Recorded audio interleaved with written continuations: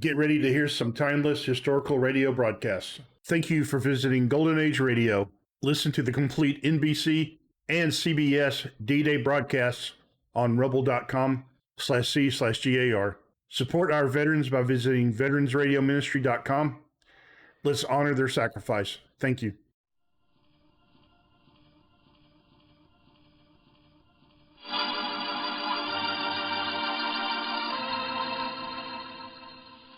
Just a little love, a little kiss. I would give you all my life for this. As I hold you fast and bend above you, and I hear you whispering, I love you.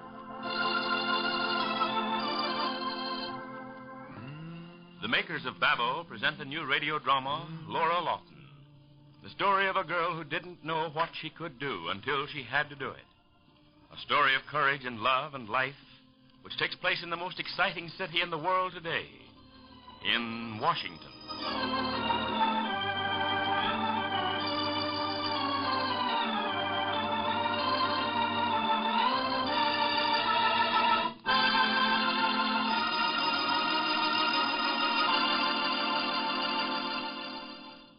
Homemakers, if you're interested in removing dirt and stains from your painted woodwork, you'll welcome this letter from Mrs. Helen Hathaway, York Village, Maine.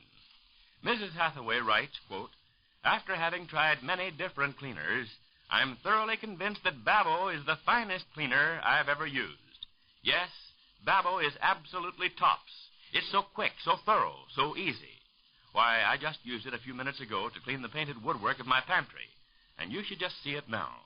The woodwork's as bright and shining as new, and smells so fresh and clean.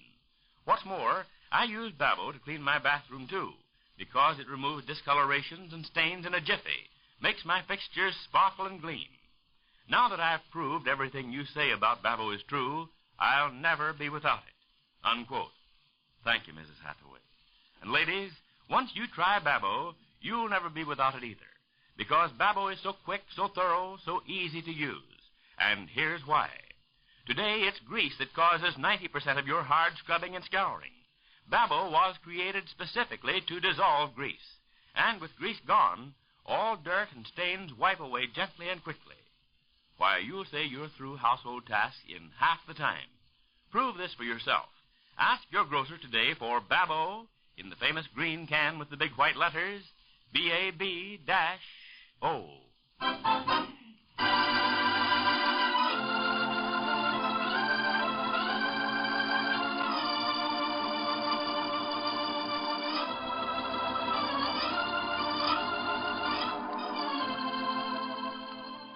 And now, today's chapter of Laura Lawton. This afternoon, Laura's brother-in-law, distinguished Rex Lawton, came to the shipyards after Peter Carver had been gravely injured and suggested that Peter be brought to his gracious, centuries-old Virginia home, Rexford Court. And now Peter and Laura, Laura's secretary, May Case, and his 18-year-old sister, Gail, are in Rex's home. It is night, and Laura has come downstairs alone. She has found her way into a dimly lit room where she sinks into a chair by the window. And Laura is thinking. I can't face it, but I've got to. I'm guilty of what's happened to Peter. I should have told Peter that Happy was dead, that he'd been shot. I should have told May that Mr. Castle was near the shipyards last night, that he asked me to get him a pass to be in the yards today during the launching. Oh, but I don't know. I don't know that Mr. Castle did get into the yards without a pass. I've no reason to think he was connected with the accident. I haven't thought Peter knew what had happened to Happy. I haven't thought that he might have quarreled with him and shot him. Mr. Castle says that's what happened. But I've known it couldn't be true. And yet, Peter wouldn't admit that he saw Happy that night. He acted as if he had something to hide. And now he's terribly injured. Somehow, I'm positive Russ Gilman is back of all that's happened. Laura, dear? Oh, May, have you come from the doctor? Oh, dear, I've been telephoning. I was upstairs, but the nurse, Miss Bradley, said there was nothing I could do. She told me to leave. I don't seem to know anything. She doesn't, and Dr. Marshall just motions me away when I try to talk to him. Did you get Gail to sleep? Yes. That's fine. Oh, Laura, you must be very tired. You look simply exhausted. You must be tired, too. You've been carrying the whole burden. I haven't been any help. I haven't stood it half as well as you.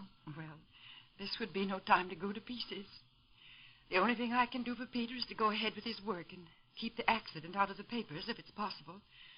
Thank heaven the newspaper men left the yards this afternoon just after the launching. You don't want it known that Peter's badly hurt. He wouldn't want it. May, he still doesn't recognize any of us. He doesn't know he's been brought to Rexford Court. And I've wondered No. if Now, don't worry about his having been brought here. Dr. Marshall thought it was best. Oh, Lamb, now I'm going to need you to help me during the next few days. And I've got to show more courage. That's what you mean. No, not that. You don't lack courage. May, if anything should happen, if he shouldn't get well. Darling, we must steel ourselves against thinking that. Now, soon after the accident, you said very much what I'm saying now. We can't break down. And you mustn't, because Peter is depending on you.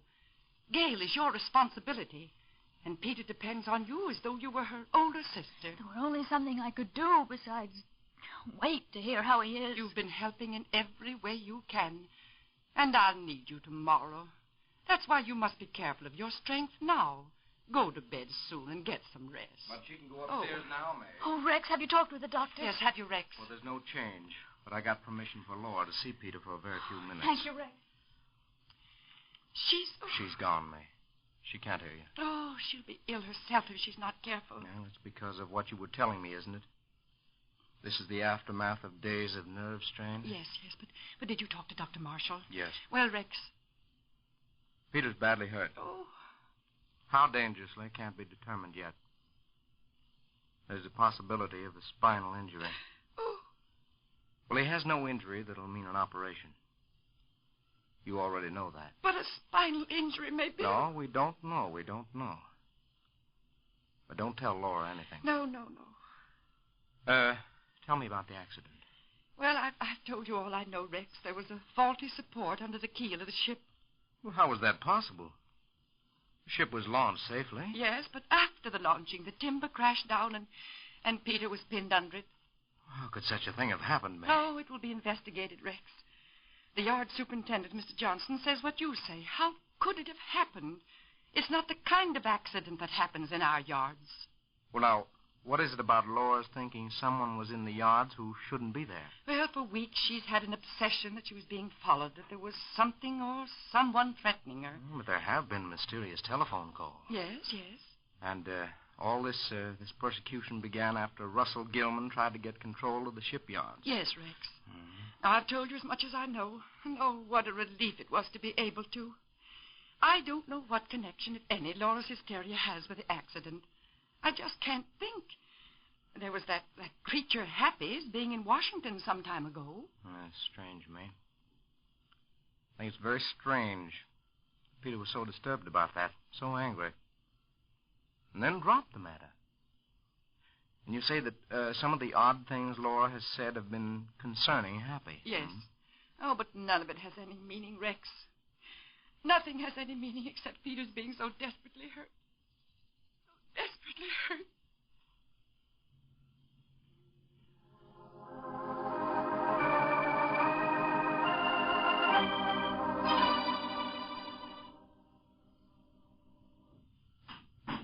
Yes, come in, Mrs. Lawton. I may stay with Mr. Carr for a while, Miss Bradley. For a very short while. Mr. Rex Lawton got permission from Dr. Marshall. Oh, Peter. I'll be in the next room. The connecting door is open. I'll sit here beside him. Well, don't disturb him. I'll be just in here. Yes, Miss Bradley. Oh, Peter, darling. Peter, I hope we did the right thing in bringing you here from the yards. I hope you're no worse. But I know you aren't. Everything that can be done for you is being done. See you lying there so quiet and not be able to help you. No. Oh, darling, if you could recognize me, I think I could endure it. I wouldn't be so afraid then. No, Laura. You say my name, but you don't know I'm here. I know. You know? You're trying to say something. Laura? Yes, darling, it is Laura. Peter? Yes, Laura. You do know I'm here. Something to tell you. Oh, hush. I mustn't let you talk. About Happy. Happy? Laura, listen. You must be better. You do recognize me. Something to tell you. Yes, Peter. Happy and important. Are you trying to tell me something about Happy? Yes. I want you to know What? Mrs. Lawton, I asked He wants to tell me something. You will have to go out. But Miss Bradley has something on his mind. I'm sorry. You will have to go out right now. He mustn't be disturbed. Miss Bradley, when a person is ill and is worried about something, it's better to... You'd better talk to Dr. Marshall about it, Mrs. Lawton. I'm following his instructions. If Mr. Carver tries to talk to you, you can't be allowed to see him. But he wants me with him. He tries to talk because there's something he wants to tell me. Perhaps something he wants me to do. I'm sorry, Mrs. Lawton. No.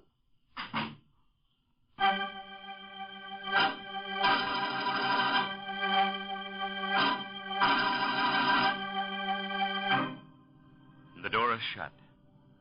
Laura, in an agony of mind, wonders what Peter wanted to tell her concerning Happy.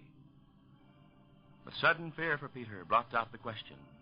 Sudden fear for Peter, which sends her to Dr. Marshall for reassurance, for hope. You'll want to hear tomorrow's deeply human chapter of Laura Lawton.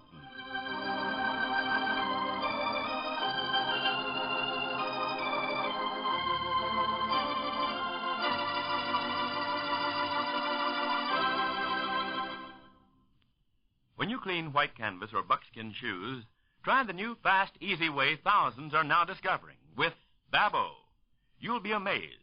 Just sprinkle a little Babo on a moist cloth, wipe the shoes, and dirt smears and stains come off on your cloth. Grime is not merely covered, it's off, and you know white dust to rub off on everything. The reason Babo cleans white shoes so easily is the same reason it saves time and work in all household cleaning tasks. On bathtubs, woodwork, stoves, refrigerators, pots, and pans. Babo dissolves the grease that practically all grime today clings to. And with this grease dissolved, dirt and stains wipe off in a flash. A little Babo goes further, works faster too. So Babo saves you time and money every day you clean. Next time you buy groceries, ask for grease-dissolving Babo, spelled B-A-B-O.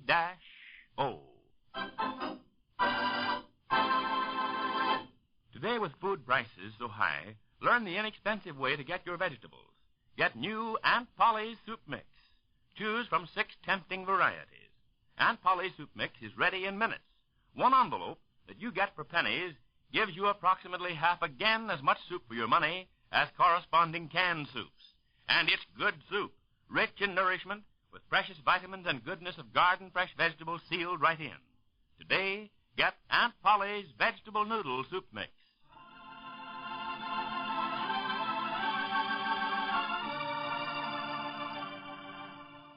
You've just heard another chapter of the new and inspiring radio drama Laura Lawton, which is on the air at this time every Monday through Friday.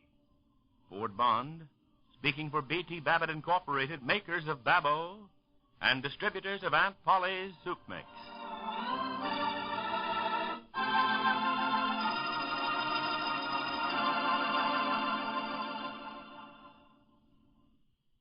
Listen to David Harum later today on this station. Hear the story of the 2 sisters, one beautiful, the other seemingly plain, and what happens when the soldier fiancé of one sister returns from overseas. That's the story on David Harum at 11:45 a.m. Eastern Wartime today. This is the National Broadcasting Company.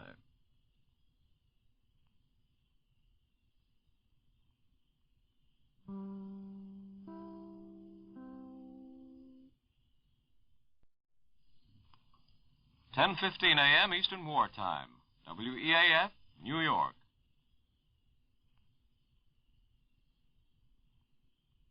Good morning. This is Robert St. John speaking for Alka-Seltzer and bringing you news and people in the news.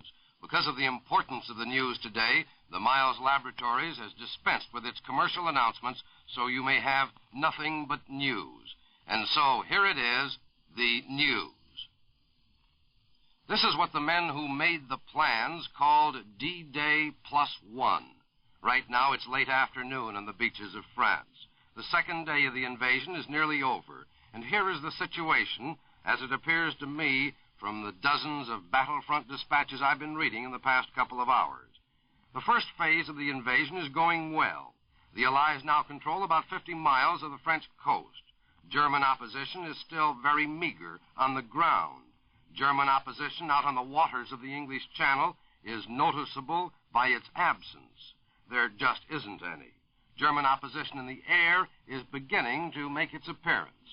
Our forces have penetrated as far as 12 miles inland, but we are just beginning to run up against the real German army, the tactical reserves, as Berlin calls them.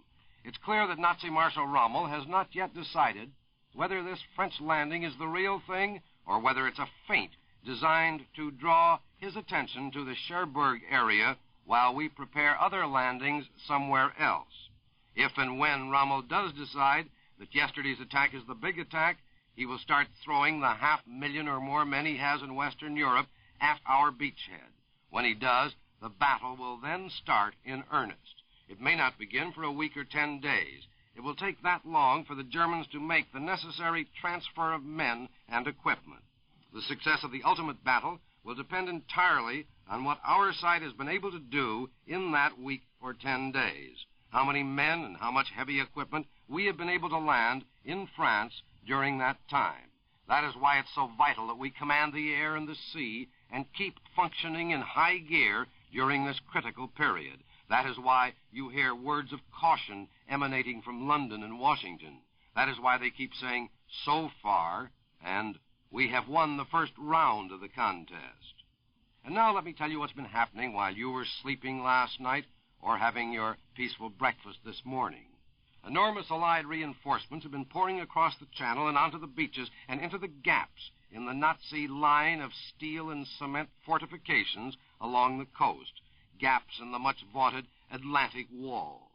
During the hours just before and after sunrise, a 50-mile-long train of gliders towed by giant Allied transport planes put down great numbers of Allied troops onto the soil of France. Berlin says that we now have 25,000 men over there, all of whom have been landed from the air. Now, if that's true, then we've accomplished a miracle in that phase of the invasion. One gathers from the dispatches that there have also been landings, many landings, today already from the sea. The airborne troops have seized many new key positions on the Cherbourg Peninsula, that finger of land which points toward the British Isles and is just 80 or 90 miles from the English ports out of which the invasion fleet set sail. That finger of land which would provide a very good road to take us straight to Paris. Today's train of glider planes was almost as impressive a sight for those who had ringside seats along the English Channel as yesterday's must have been. We now learn that the original airborne train was made up of 900 great C-47 transport planes and gliders. The train was 9 planes wide and was 200 miles long as it thundered over the English Channel just 300 feet above the water. Today's train was 50 miles long. We also learned today that Allied planes flew 13,000 flights back and forth across the Channel and the beachheads during the first 24 hours of the invasion. The latest Supreme Headquarters communique, the third issued so far, says that some French towns have been captured and that airborne troops have seized many bridges and roads. We've just learned that it may not be long before our side has some airports in France, airports from which fighters and bombers could operate against the Luftwaffe and against our enemy on the ground. Somehow, big American bulldozers have been landed in France, and they are already leveling off airstrips right within the sound and smell of the battlefield. Another report says that the Paris-Cherbourg Railroad has been cut. The U.S. battleships Texas, Nevada, and Arkansas, and the British battleships Nelson, Warspite, and Ramillies are among the 600 or more Allied naval craft churning around right now in the English Channel, lobing tons of shells into Nazi positions on the ground. For nearly 2 hours early today, Hitler's Big Berthas, those long-range Nazi guns on the French coast north of the invasion beaches, shelled the cliffs of Dover and shelled ships moving around in the Channel. Sometimes as many as 5 or 6 of the tremendous shells were whistling over at one time. Supreme Allied Headquarters tells us today that in the first wave of troops to hit the European continent, there were a considerable number of British commandos and American Rangers, those men without fear, those men trained in so many tricky and stealthy kinds of warfare. Here's an interesting little angle in the glider story. The first glider to land yesterday on enemy-held territory was nicknamed the Fighting Falcon. It was purchased with $20,000 worth of war bonds subscribed by students in Greenville, Michigan. And now I have quite a human story for you. A story written by war correspondent Howard Cowan immediately after he returned today from riding in that great glider train to France. The reporter was in one of those transports which had a glider full of men hitched on behind. He says that when the transport got back to its base in Britain, it looked exactly like a can of tinned peas which the bride has tackled with a can opener she hasn't yet learned how to use. Plenty of Nazi flak found its target in that transport. The war correspondent at one point in his dispatch wrote, "Maybe this sounds as if I were scared." Well, I was. It was the first time any of us in the plane had been under fire. And no wonder he was scared, as he puts it. A 20-millimeter German shell sawed its way through the fuselage right next to the place where he was sitting, and then it went off with a noise like the noise a firecracker makes when it's set off inside a tin can. Now let me quote you a few paragraphs from that young reporter's report. He wrote, "As we crossed the English Channel with our glider tied on behind, I looked down and saw dozens of little Allied rescue launches skittering around in the water. They apparently were just practicing. All was very calm down there. But it was a different story when the Cherbourg Peninsula came in sight. From a tiny island offshore came the first ack-ack, but the bursts were far away. Now we were over. The door was opened, and dust and acrid smoke, like that from a burning building, swirled inside the plane. I counted a dozen fires on the perimeter at this end of the Allied beachhead. Occasionally there was a big flash and puffs of smoke, but that was about all there was to see on the ground. Then we got over enemy lines, and the machine guns started.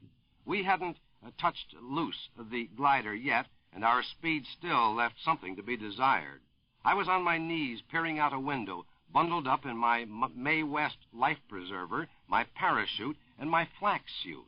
The latter garment isn't a suit at all, but a steel-ribbed canvas vest, fashioned along the lines of an umpire's chest protector, only it also takes care of your back from the collar button all the way down to the tip of your spine. That leaves arms, legs, and ribs feeling very naked. Red and green tracers, and they're not as fast as in the movies, red and green tracers drifted up on the right at an angle of about 45 degrees well ahead of our ship. For every one of those colored lights, there are 4 bullets which you can't see. One of the men in the crew said, "Those guys in front of us are sure catching it." And then we zipped through a fusillade like a train passing switch signals. It sounded as if the plane had run into a hailstorm, or as if somebody were trying to cut it in two with a meat saw. I drew my neck into the flak suit until my tin hat just balanced on my shoulders. All of a sudden, the plane lurched forward with a jerk, and I looked back in time to see the glider rope go limp. The glider soared upward a moment, then banked gracefully and coasted down to earth. On both sides, 20-millimeter shells were coming up, beating a tattoo on the ship, a noise which rose above the roar of the engines. It was easy to tell by the increased pitch of the engines that we were going places very fast. I looked back at multicolored tracers still crisscrossing the path of the plane which followed us. Away off to the left, a big rocket shell was wandering around the sky. It didn't seem to be aimed at anything in particular. It was a far piece away, and thus it was quite pretty to watch. The racket stopped abruptly, and one man in the crew sheepishly picked up a loaded Tommy gun which had been sliding around on the floor between us. He had intended to poke it out the door and empty it at the Germans. Now he grinned and said, "I plumb forgot all about it in the excitement." Well, that's the rather human story written by an AP war correspondent just after getting back to Britain today from a little trip to France in that great glider train. And now here are several bulletins which have just come in. Supreme Headquarters has just announced that Lieutenant General Omar Bradley is commanding the 1st American Army in the assault on Europe. Here's a little story from Annapolis, Maryland, which says that Midshipman Ernest John King, Jr., son of the Commander-in-Chief of the United States Navy, is among the men in the graduating class at the Naval Academy today. And here's a bulletin from the 9th Air Force in Britain, which says 12 C-47 troop carriers and 12 gliders were reported missing today from overnight reinforcing operations beyond the beachheads in Normandy. This is the first specific report of losses from airborne operations since the invasion began. And now here are a few little miscellaneous dispatches from the French front. A U.S. 9th Air Force pilot said he saw American soldiers in France standing alongside roads and leaning on their rifles, awaiting chow during a low-level flight he made over the beachhead. Well, that would seem to indicate that things are going rather well. Here's the weirdest story of the day. The German radio has just declared that German parachutists, were used in combating Allied airborne troops even before they landed in France.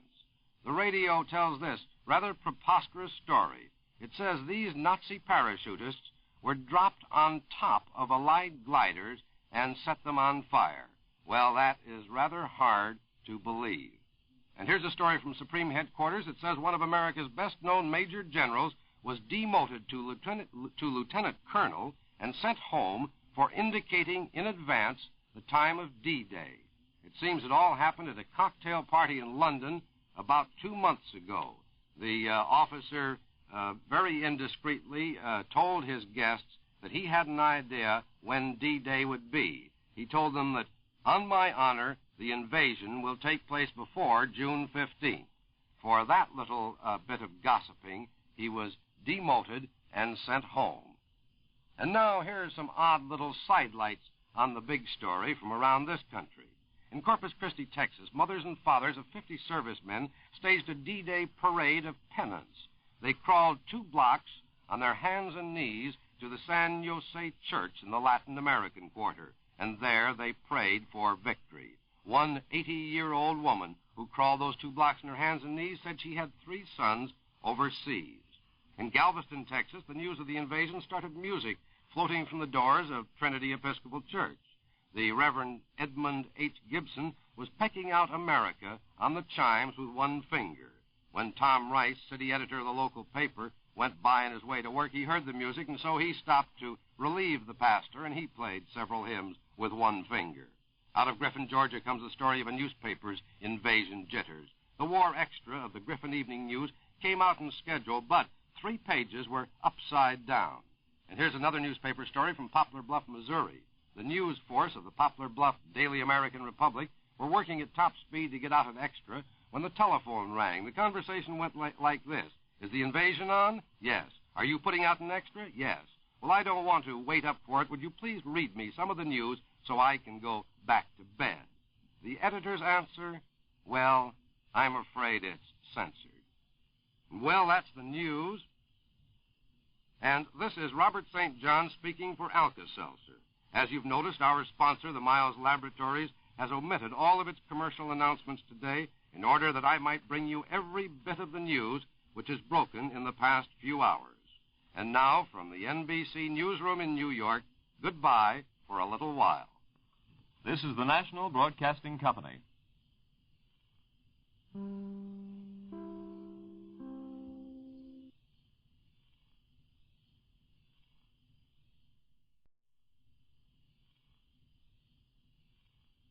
.30 a.m. Eastern Wartime. Your dial is set at 660, WEAF, New York.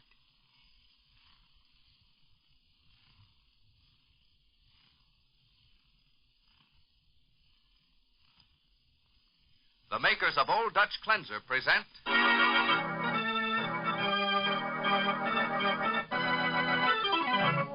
Helpmate, the story of Linda Harper.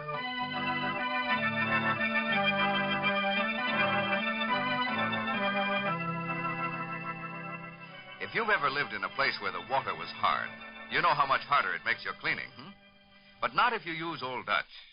No, ma'am, for Old Dutch Cleanser has a fast-acting grease dissolver that cuts stubborn soap curds that form on your sink or make a rim around the bathtub.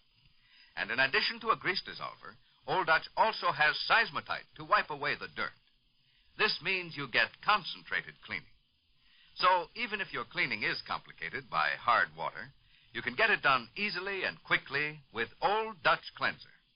In fact, when scientific laboratories recently made tests on all leading cleansers, Old Dutch cleaned 69 more kitchen sinks per can than any other cleanser tested.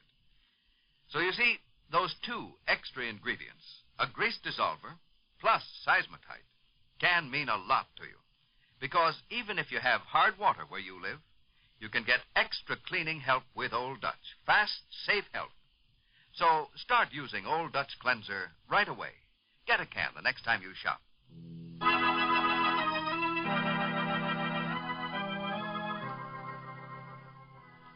And now, Helpmate.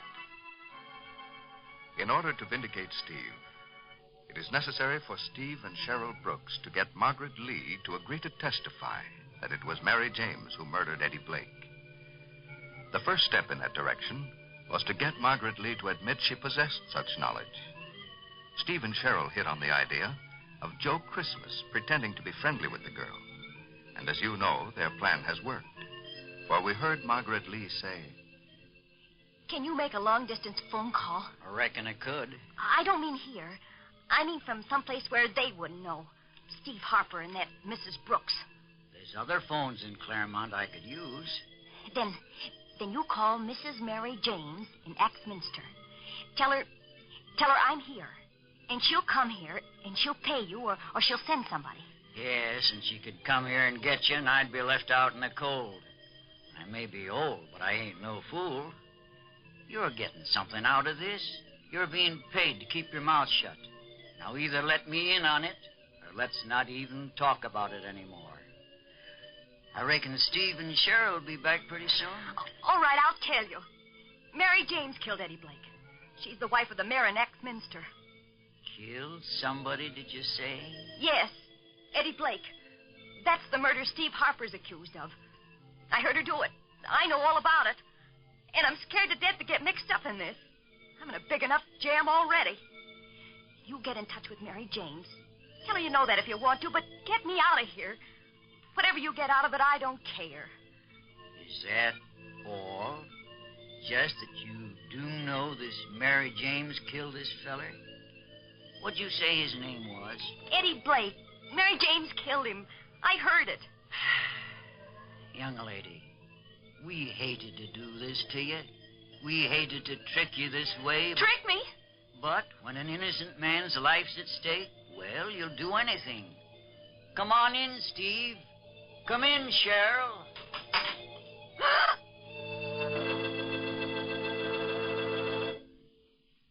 Now our scene resumes. Steve and Cheryl have just entered the room. We hear the defiant girl saying, "Oh, you think you're smart, huh? You tricked me into believing you'd help me, and you got me to tell, huh? Well, what good is it going to do you?" Oh, wait, Joe. Let me talk to her. Now, wait, Steve. Miss Lee, Steve and I were right outside the door there, and we heard what you just told Joe.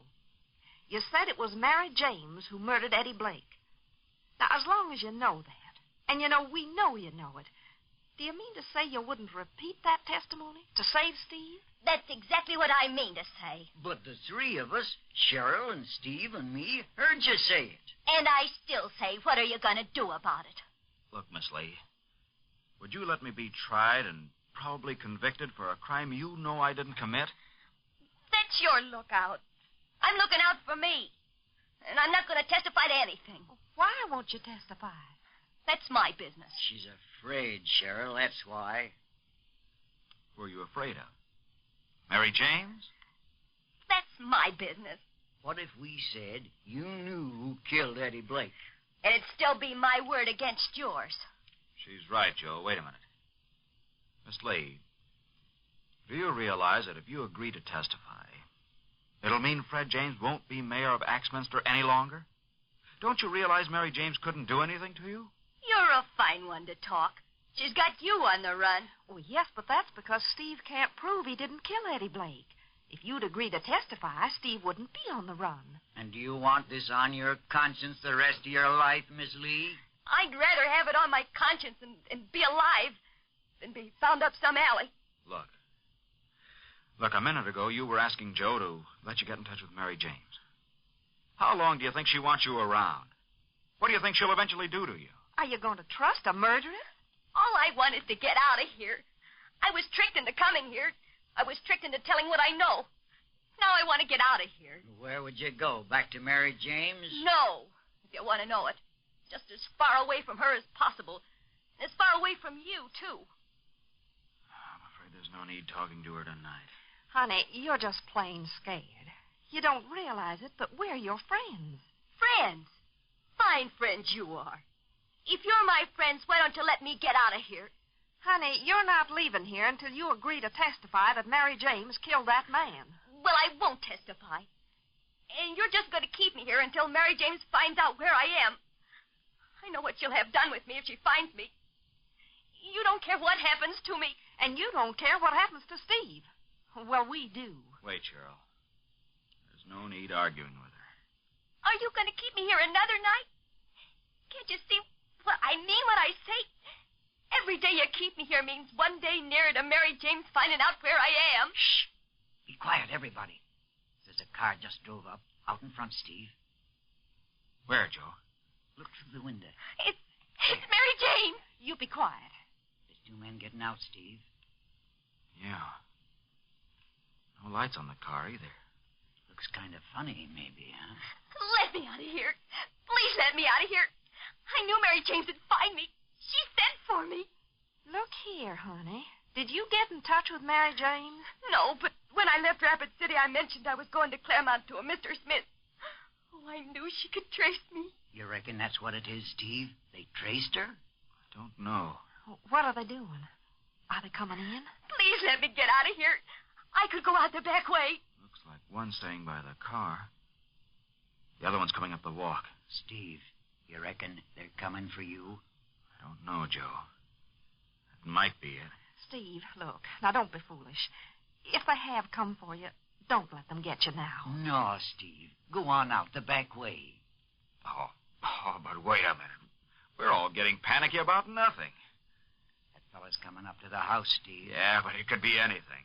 I'm through running every time I hear the doorbell ring.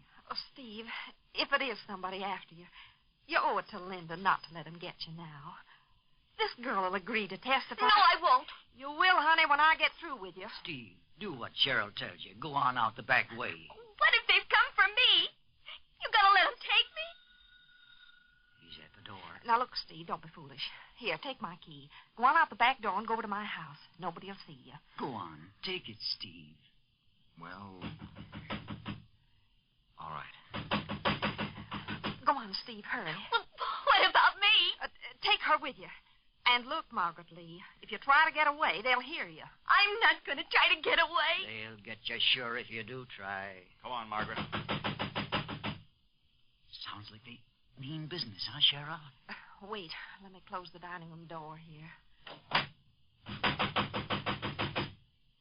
Well, you want to open the front door, Joe?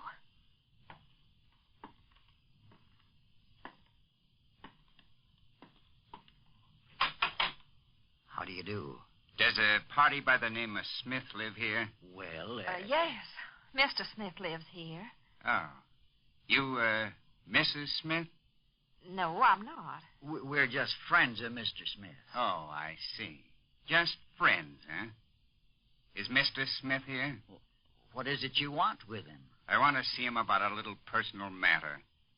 Well, Mr. Smith doesn't happen to be home right now. Are you, expecting him back soon? He didn't say when he'd be back. Oh, that's too bad.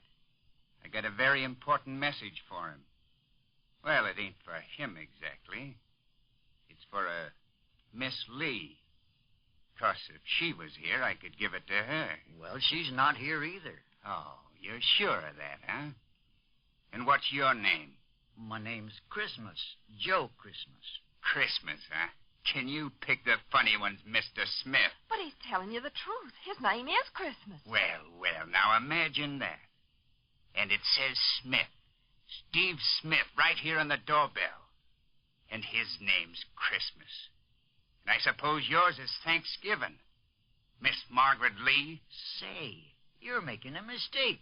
This is... Shut up, you. See what I got here? This thing might go off and hurt somebody. If I pull the trigger... Now turn around, Mr. Smith. I said turn around. That's better. Why, you hit him. Yeah. Dropped him neat, didn't I? And he's out like a light. Now, come on, you. Let go of me. Ah! Start to yell, huh? Well, I can handle a dame like you with one hand and keep the other one over your mush. Hey, Muggsy, come help me take this babe out to the car.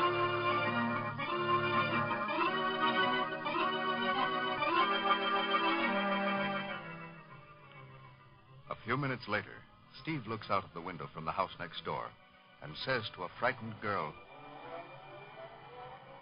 Can't see anything.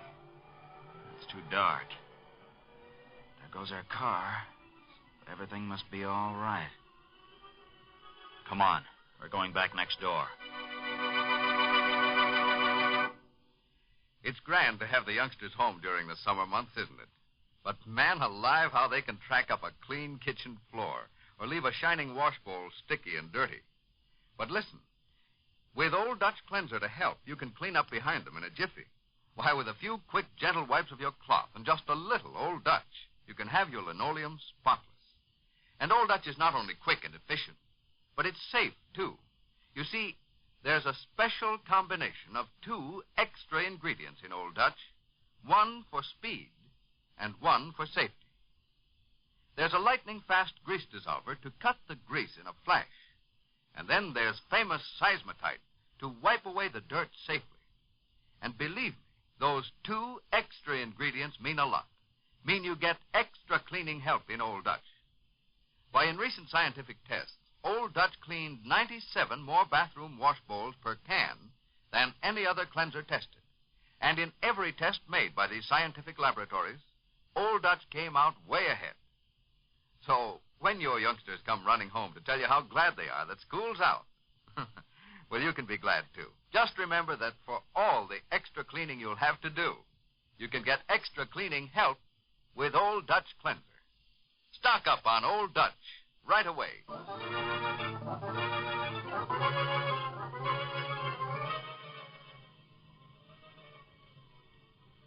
On the outskirts of Claremont, an automobile speeds through the night in the direction of Axminster. The driver smiles with satisfaction as he says, Pretty slick, huh, Muggsy? I told you it wasn't too hard to locate a Mr. Smith and a Margaret Lee. But we have an idea that smile of satisfaction isn't going to be in evidence very long. Not after Blackie and Muggsy arrive at their destination. You won't want to miss the next exciting chapter in the new, so highly human story of Helpmate at the same time tomorrow.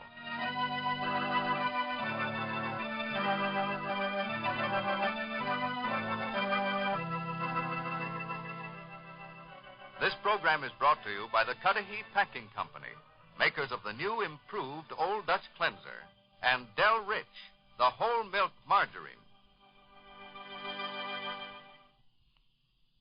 This is the National Broadcasting Company.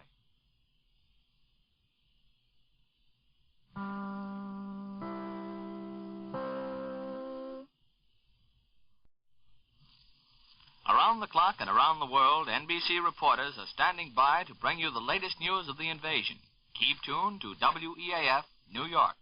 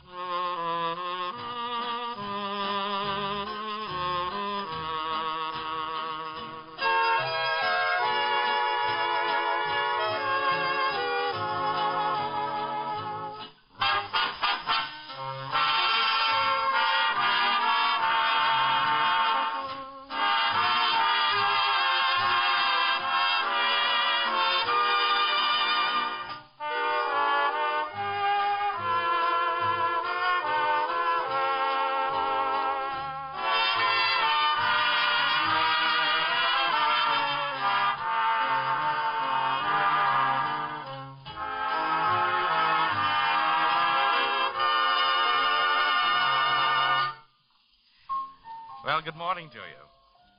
We thought you might enjoy a little music, some of the popular tunes of yesterday and today. A little different theme for us, isn't it, Tommy? A good one, though. Keep looking for that silver lining. Here's Tommy Taylor with a tailor-made song that says the Saltwater Cowboy.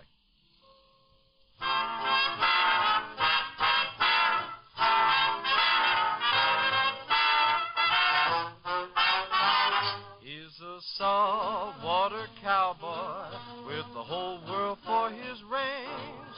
Just a saltwater cowboy, and the herd he rides is strange. He's a rounding up his country's foes, wherever they may be. He's a saltwater cowboy, a United States Marine. Get along, little Nippy, I can hear my singing pal. I'm taking you to pasture in a barbed wire corral. He's the salt of the earth, boy, and he's long and lank and lean. He's a saltwater cowboy, a United States Marine.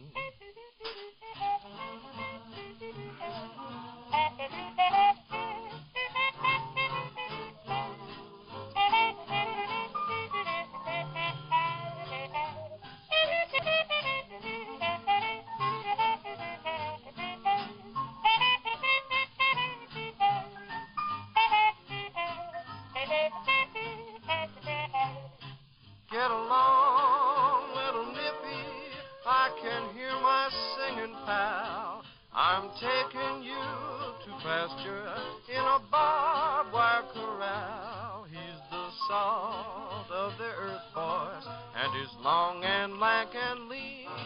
He's a saltwater cowboy, a United States Marine.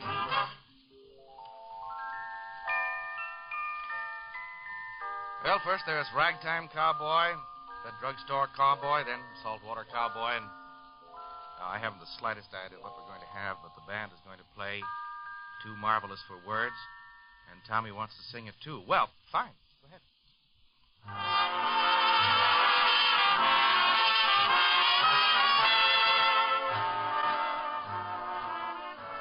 You're just too marvelous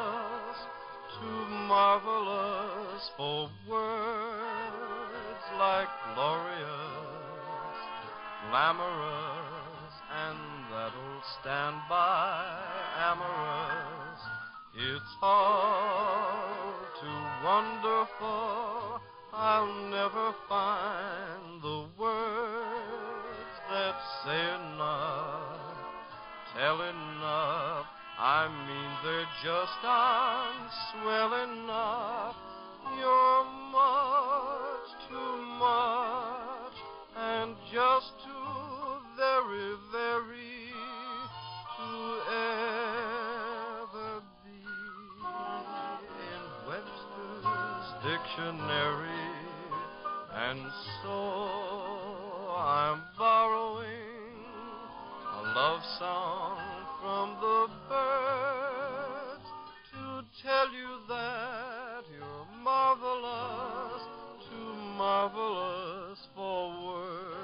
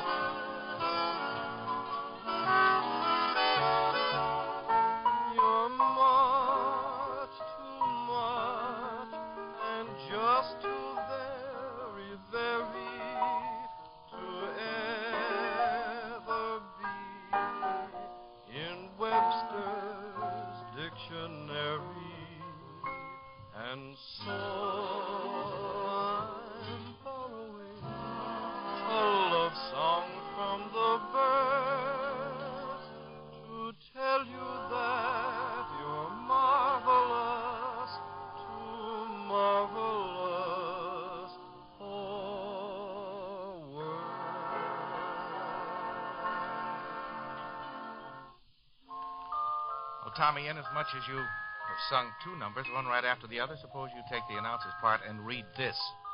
Right there. Well, Bob, I could give you a lot of factual data about the song the orchestra's going to play, who wrote it and when, but I'm not going to. You'd rather hear the orchestra play than me talk, so listen to Beautiful Dreams.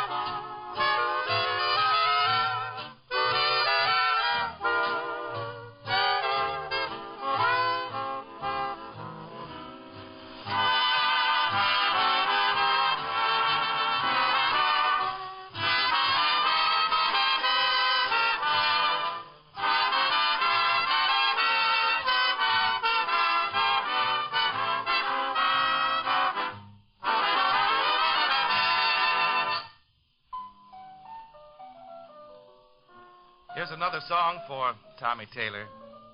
Looks like a good one. The title's Good Night, Wherever You Are.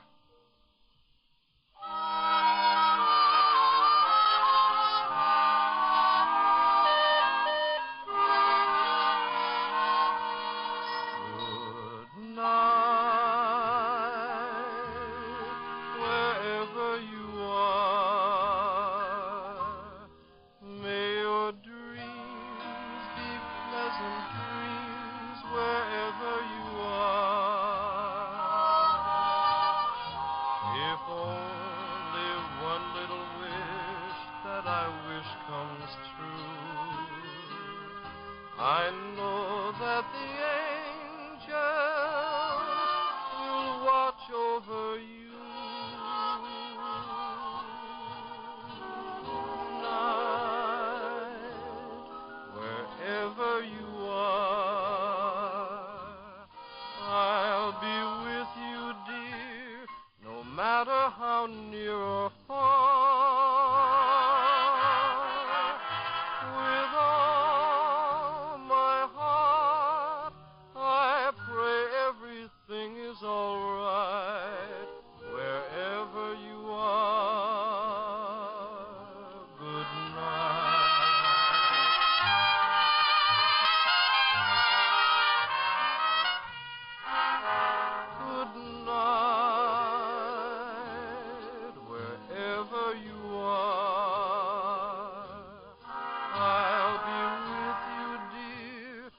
Matter how near or far,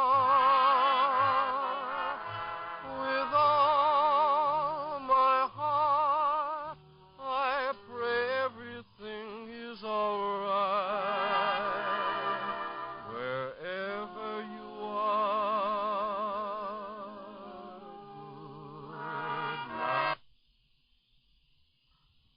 interrupt this program to bring you some bulletins from the NBC newsroom in New York. Reports coming back to an Allied fighting station in England confirm earlier dispatches that the Allies have now established a beachhead 5 to 6 miles deep at some points in France. German dispatches now claim that major battles are raging in certain sectors. The British Information Service reports that the British 6th Airborne Division has captured and is now holding bridges north of Caen, the scene where some of the heaviest fighting has been reported in the first dispatch of the invasion front. And there is this report from London. A war correspondent aboard the American cruiser Augusta says that the German 7th and 15th Armies, commanded in person by Nazi Field Marshal Rommel, are rushing armored and infantry divisions to the French beachhead front. These bulletins have come to you from the NBC newsroom in New York. This is the National Broadcasting Company.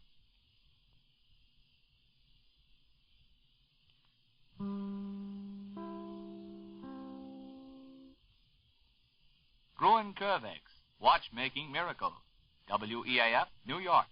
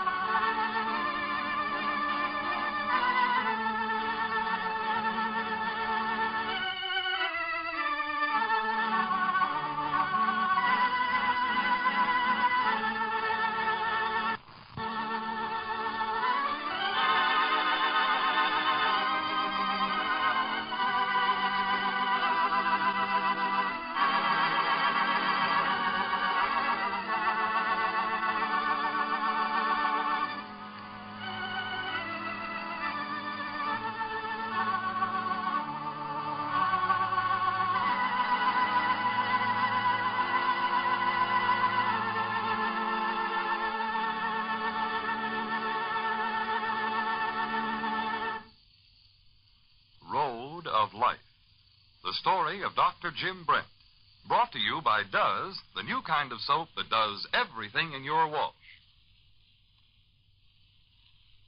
It was mid-afternoon of a very busy day before Dr. Brent had a chance to do something he'd been wanting to do for some time.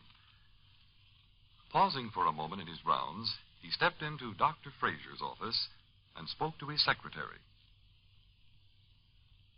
Would you be good enough to call me when Dr. Frazier comes in?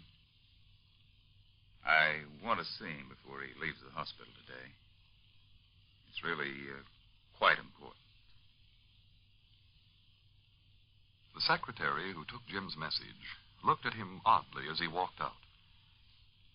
She hadn't been there very long, but even she had heard whispered comment about the differences that existed between Dr. Brent and Dr. Frazier. Rumors about the circumstances of Dr. Brent's being asked to resign as chief of staff, and of the selection of Dr. Frazier to replace him. She knew about Dr. Brent's illness, his period of amnesia, and then his return to the hospital. One morning, she had noticed on her schedule that Janet Mercer, Dr. Frazier's stepdaughter, had been operated the night before for appendicitis by Dr. Brent. And that day, Dr. Frazier had been more difficult and exacting than ever. And now, Dr. Brent wanted to see Dr. Frazier about something important. The girl's curiosity was aroused, and later in the day, she regretted the closing of the door behind Dr. Brent as he went into the chief of staff's office.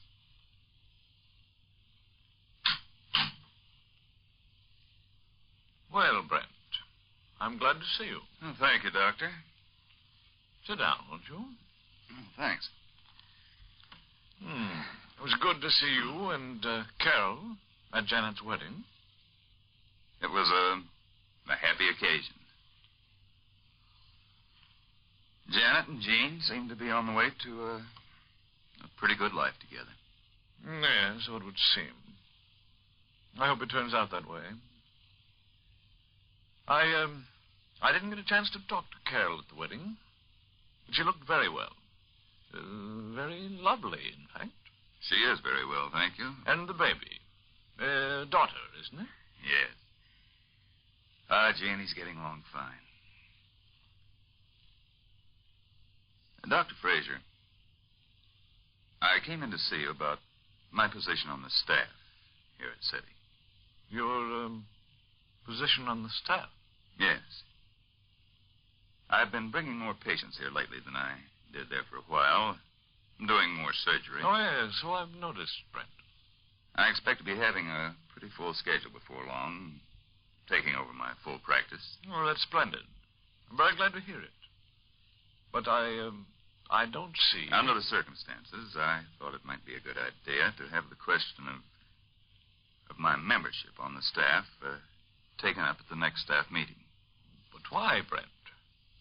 Surely you haven't met with any difficulty in bringing your patients here, in having them receive proper care? Oh, no, of course not. I found everyone completely cooperative. But since I was inactive for a considerable length of time... Oh, your name has never been taken off the staff list. Yes, I know that. I appreciate the courtesy.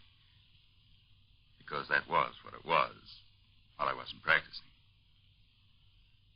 But now that I'm back at work again, I should like to have my position clarified.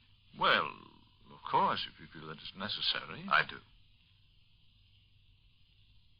I could have had one of the other men bring the matter up, but in fairness to you as chief of staff, and inasmuch as we're in the same field, I decided to come to you about it first. That was very considerate of you, Brent. Yeah, I'll be more than glad to bring up your name myself, if you want it done. Thank you, Doctor. You know, it's deeply gratifying to me to feel that we're on good enough terms for you to want to talk it over with me. It isn't a question of the terms we're on, Fraser. It's a question of my professional standing at City Hospital. I prefer to bring my patients here. I've been associated with this hospital for many years. Quite naturally, I hesitate to establish a connection elsewhere. But I do want to be clear about just where I stand. Yes, I see. Well, as I said, I'll bring your question before the next staff meeting. Incidentally, Doctor, I understand that your plans for a new hospital, those you're making with Bill Wiley, are well underway. Yes, they're progressing nicely. The building is getting pretty close to completion. So I've heard. Am I right in thinking you'll continue to bring at least part of your patients to City? Oh, yes, yes. As a matter of fact, I'll certainly bring all of my regular patients here, and probably such surgical cases as we have from time to time at the Wiley Memorial. Mm-hmm. You expect to have a good many surgical cases there? Well, that's something we can't possibly predict. Oh, no, I suppose not. I was wondering, Brent, whether you had selected your staff as yet. To a certain extent. I've spoken to a number of men about it, but of course we haven't too good an idea of what our needs will be until we get going. And since there'll be very little opportunity for private patients, well, we're waiting for a while. Yes, that does seem wise under the circumstances. You know, Brent, as I told you some time ago, I've been seriously considering establishing a clinic. Yes, I remember you saying something about it. However, I've about come to the conclusion that, well, it doesn't seem to be quite the right time to undertake such a project. Oh, that's so? Yes, the difficulties of building, as a matter of fact, even remodeling an old building, which is what we plan to do, are almost insurmountable. We found it pretty slow going, that's true. And then there's the question of staff. So many of the younger men in service. Nurses, almost impossible to get.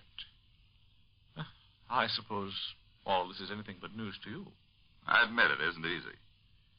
I don't like to give up. I'd looked forward to the opportunities such a clinic would give me. I've been wondering if I couldn't find those same opportunities elsewhere. It was my impression that you wanted the clinic largely as a matter of convenience. Oh, no. I think my idea was somewhat the same as your own, Brent. In what way?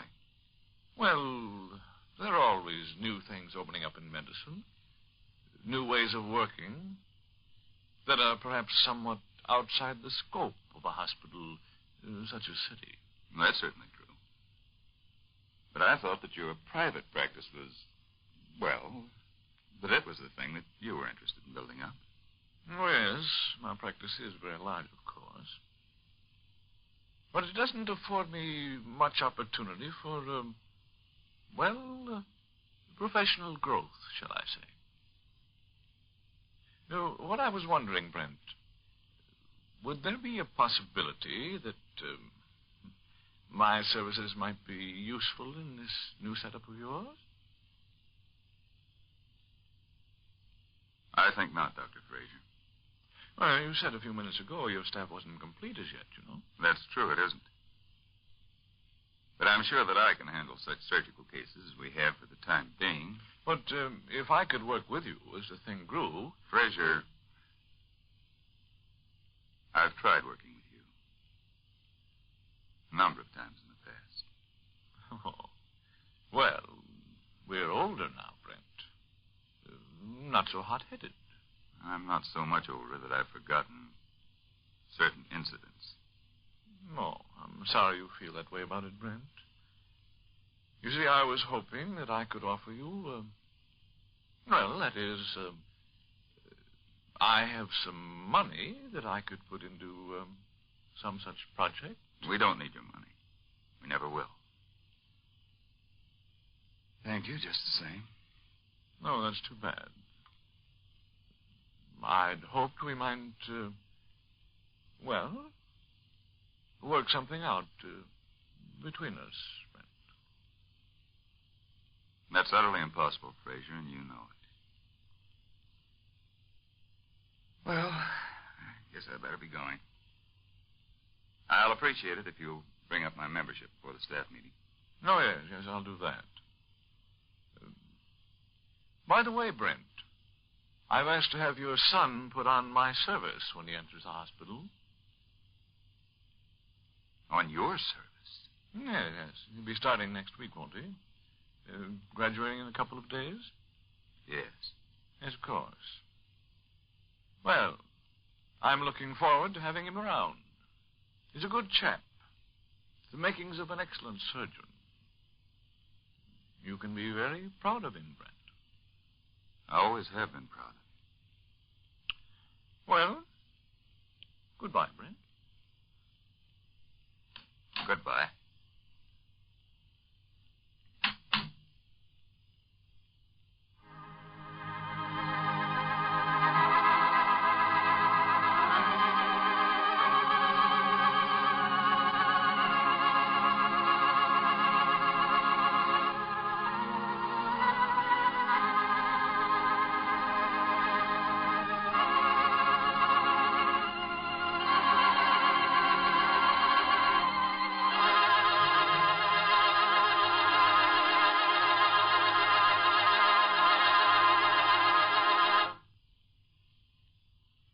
The secretary in the outer office looked up at Dr. Brent as he went past her. But she could read nothing in the almost grim impassiveness of his face.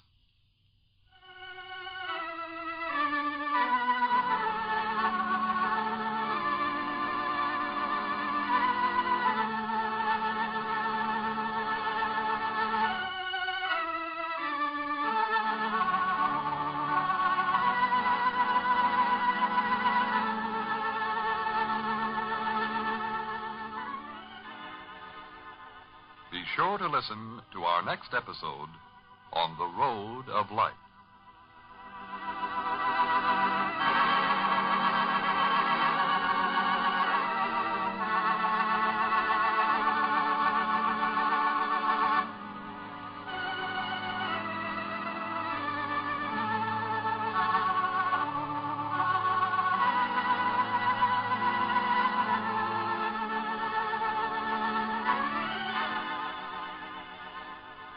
This is Gene Baker saying good day for the makers of Does, and reminding you to do as the Doesums do.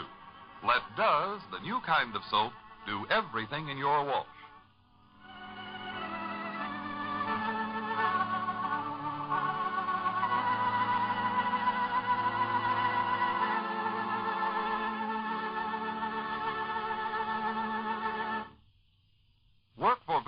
at your dishpan by saving soap.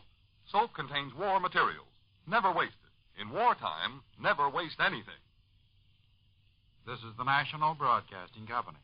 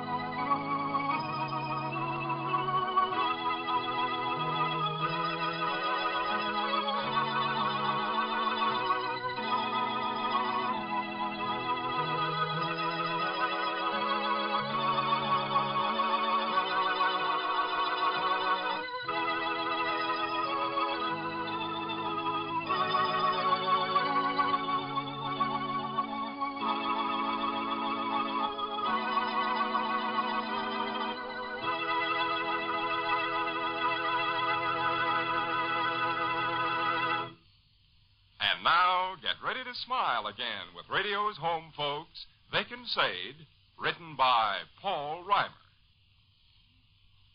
Vic and Sade is brought to you by Procter & Gamble's Crisco, the pure all-vegetable shortening. It's digestible. Well, sir, it's 15 minutes past 10 o'clock in the morning as we approach the small house halfway up in the next block now. And here on the back porch we find Mrs. Victor Gook. Mrs. Gook stepped outside a moment or so ago to shake her mop, and discovering the atmosphere to be bright and fresh and deliciously warm, she decided to take a brief rest from her household duties and enjoy the radiant sunshine. And now she perceives a familiar figure in the alley by the garbage box. Listen. Hello there. Good morning, Sade. Mr. Donahoe asleep, Uncle Fletcher.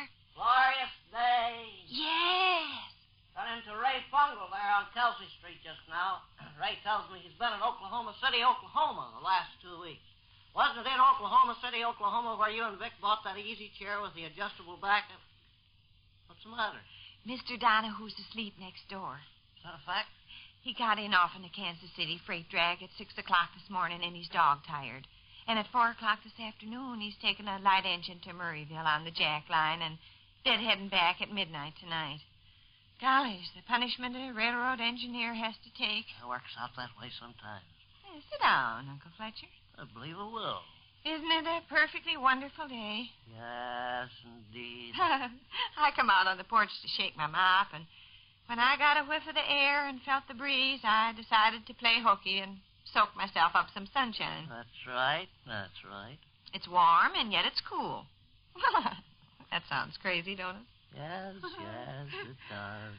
It's warm, and yet it's cool. Very crazy, very crazy. Delicious weather for Mr. Donahoe to get some sleep in. Dandy, fresh breeze blowing and all. I see he's got his window wide open. Pretty white curtain fluttering and dancing. Well. Oh, I bet he's just more than snoozing away. Well. Oh, ish, Uncle Fletcher. Quit acting so bored. From the expression on your face, a person would think you were in pain listening to your niece rattle on. Not at all, Sadie, honey, not at all. You rattle on a while. Fine. How's Miss Keller? She don't say a great deal. Miss Keller don't. Eats 3 hearty meals every day and leaves it go at that, I bet. Eats 3 hearty meals every day and leaves it go at that, yes. No, Miss Keller pretty much keeps her trap shut. I don't comment. Oh, there go some boys along the alley. I hope they don't holler and kick up a lot of noise. How's this? Those boys in the alley there. I hope they go on past without screeching and hollering. Going to talk about Mr. Donahue some more, are they, say? You getting sick and tired of the subject of Mr. Donahue? Hey, we're going to wake up Mr. Donahue ourselves if we don't watch out. Yes. Maybe we better lower our voices. Why? He looked just ready to collapse when he got home this morning. I just happened to be glancing out the window and saw him. Looked just ready to collapse. Who's this? Mr. Donahue. Oh. Oh, you rattle on about something. Right. Nice mop you got there, Sadie. Well, thank you. New one, is it? Well, fairly new. The handle's still pretty white. The metal clamp's not started to rust yet. It's a fairly new mop. Congratulations on it. Oh, goodness. Beg pardon? A floor mop is a funny thing to get compliments on. Not at all. I believe like Ernie Sweeler there in Belvedere used to say. What was that? If a person's got something nice, it don't hurt to mention it. Uh-huh. Person appreciates hearing something nice mentioned. Well, imagine. Say, for example, you're good looking. All right. I tell you, you're good looking. Uh-huh. You like to hear that? Oh, sure. Same identical thing if you got a nice dog, or a handsome diamond ring, or a new suit, or a good mop. You like to hear people mention it? Yes, I guess I do. Ernie Sweeler lived by that rule, and he was one of the best-liked fellows in Belvedere. Mm-hmm. Dead now, Ernie is. Passed away under very sad circumstances. Still fairly young, too. Not much past 65. I've heard of sad things, Sadie, and I've seen sad things. But I believe this is the saddest thing I ever run up against in all the sad... Oh, well, goodness. If it's sad, let's not even talk about it. It's too pretty a day. Let's change the subject. Fine. Vic at the office, are they? Oh, sure. Russell at school? Yes, this is his last week. Works out that way sometimes. Works out that way sometimes. It sure does. I got something in my tooth. Mm-hmm. The guilty feeling a person gets when they desert their housework and play hooky and sit in the sunshine is all the more delicious when they realize they got 8 or 9 jobs piled up. I got work to do myself, Sadie, honey. Oh, have you? I'm not free to skulk in the sunshine all day. I hope I never hinted you were. This is one mighty busy day for me. Uh-huh. Well, if what I said sounded like I was making out, you didn't have anything to do but... I only stopped past to pass the time of day. In just a few minutes, I've got to hurry down to the 1000 block on West Washington Street. Uh-huh. Well, No, I'm not free to skulk in the sunshine all day. Uncle Fletcher, I've offended you. Gosh, I never had any idea in the world. I got just as much to occupy my time as anybody else has. Uncle Fletcher, I'm afraid we're talking too loud, Mr. Donahue. What? I'm afraid we're talking too loud. We'll wake up Mr. Donahue. Fine. No, not fine. I've got to go down to the 1000 block on West Washington Street. Oh? I have an appointment with Bert Choffer there in Choffer's shoe repair shop. Having your shoes repaired, are you? I'm having the laces changed. Oh, my. What's funny? Oh, nothing. I'm just silly this morning, I guess. Uh-huh. You're going clear way out to the 1000 block on West Washington just to have your shoelaces changed? Bert Choffer's an expert at it. An expert at changing shoelaces? Yes. Well, I should think you could change your own shoelaces at home. What are you laughing at? Am I laughing? Eyes dancing around your head like you was going to bust out any minute. No, but I guess it does strike me strange a person go to all about I it. wear elkskin shoelaces, Sadie. It's a chore to put elkskin shoelaces in shoes. It takes strength to do it. And it takes a knack and years of practice. No, thunder. If it was just ordinary shoelaces, naturally I wouldn't bother going clear out to Bert Choffer's place. But I am talking about elkskin shoelaces. Look at my shoelaces once. Huh? Yeah, I can see why you laughed. No, this is elkskin shoelaces I'm talking about. Well, certainly look substantial. They are substantial. They are substantial. Mean and obstinate, I bet, to work with. Mean and obstinate is right. Sadie, honey, I'll go so far as to say this. I'll go so far as to say that I'd be willing to wager $5 silver you couldn't change these elkskin shoelaces into another pair of shoes if you were allowed 8 hours in which to negotiate the job. Well, I imagine you'd win the wager. Why, you'd give up in terror and desperation and scalding tears after 20 minutes. It's no laughing matter. Hold up your foot once. Hold it up. Hold it up. Yes. Just plain ordinary cotton. Just plain ordinary cotton. Plain, common, ordinary, 5 cents a pair of cotton. Oh, well, Ish, quit running down a person's shoestrings. Take your foot back, Sadie, honey. I'm through with it. Well, thanks for nothing, I'm sure. No, I can see why you laughed when I said I had an appointment with Bert Choffer, Choffer Shoe Repair Shop there on West Washington Street to have the laces in my shoes changed. Yeah. You didn't realize I had reference to elkskin shoelaces. No. Why, murder, it takes Bert 2 solid hours. Lance, I wouldn't have thought... Hold up your foot again. Huh? Hold up your foot. Hold up your foot. Oh, Ish. Hold it up. Hold it up. Oh, you quit treating me like a... Just like I thought. What's the matter now? Just like I thought. You lace your shoes the ordinary crisscross way. Well, sure I do. I'll call your attention to the way my shoes are laced. Let's see. This is the Cincinnati overhand triple lock. What is? The manner in which my shoes are laced. Oh, for goodness sake. The Cincinnati overhand triple lock. Oh. See how involved it is? Mm-hmm. Follow with your eye, please, the different directions this end of my shoestring travels. She comes up through this eyelet here. She crosses over, under, and around. Oh, it's like one big snarl. It's the Cincinnati overhand triple lock. I'll say. Invented and developed by Morgan Perrin of Downers Grove, Illinois. Morgan Perrin of Downers Grove, Illinois, by the way, was an uncle of Homer Hex there in Norman, Oklahoma. You bring Homer Hex of Norman, Oklahoma to mind, are they, Sadie? He never even owned the socks he wore on his feet.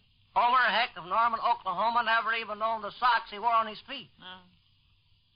Morgan Perrin attempted to invent another method of lacing the shoes, a method known as the Little Daisy counterclockwise squeal. But it was so involved and complicated, his mind broke under the strain, and he'd never done anything the last 30 years of his life but sit out in the yard in a hammock and chuckle. Oh, gracious. So you see, Sadie, honey, Bert Choffer has really got a job on his hands. Not only is he going to change a pair of elkskin shoelaces, but he's going to manipulate those elkskin shoelaces according to the formula laid down by Morgan Perrin of Downers Grove, Illinois, known as the Cincinnati overhand triple lock. And, of course, it'll be quite a strain on me also. Why? I'm going to stand and watch Bert while he does it. Oh. The man goes through agony. When you used the words mean and obstinate a while ago, Sadie, you didn't use words 1/3 stout enough. A man threading elkskin shoelaces in a pair of shoes and following the Cincinnati overhand triple lock formula of lacing will perspire and sob and cry and shudder and whimper and pull handfuls of hair off on his head and bite his lip and sometimes fall over in a dead faint. My stars. Certainly no joke, I can tell you. Well, I better be on my way. Hey, me, too. I better be on my way to the 1000 block on West Washington Street. I better be on my way upstairs and start making beds. Glorious day. Lands, yes. I bet Mr. Donahue's just more'n snoozing away. Such a delicious breeze. See his pretty white curtain, how it flutters and dances. Yes, fine. Well, Sadie, honey, I'll leave you now. I've got quite a heavy day in front of me. Yes, you're going to have your shoestrings changed. That's right. Well, I hope everything goes off smooth. I hope so, too. I hope so, too. Goodbye, Sadie, honey. Goodbye, Uncle Fletcher.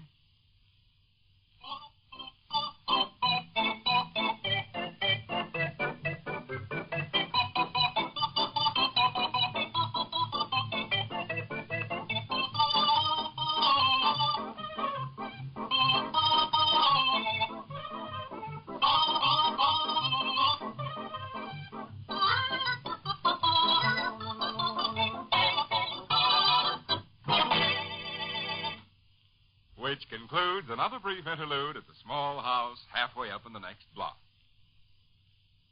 And don't forget to listen to Vic and Sade the next time. This is Ed Roberts saying good day for Crisco. It's digestible.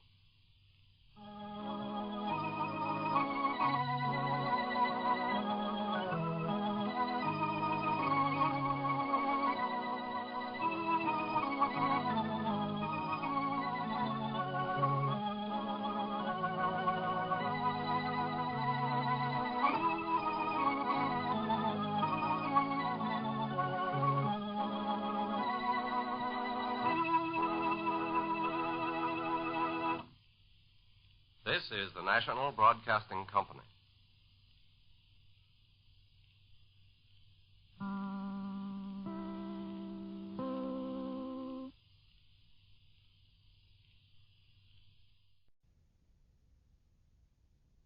Ladies and gentlemen, this is Bill Goodwin. We realize the tenseness of the situation, and this program will be interrupted instantly for any important invasion flashes. Meanwhile, Lever Brothers, makers of Swan Soap, thought you might enjoy a momentary diversion in the form of a few chuckles with George Burns and Gracie Allen, Jimmy Cash, the Swantet, and Felix Mills and his orchestra.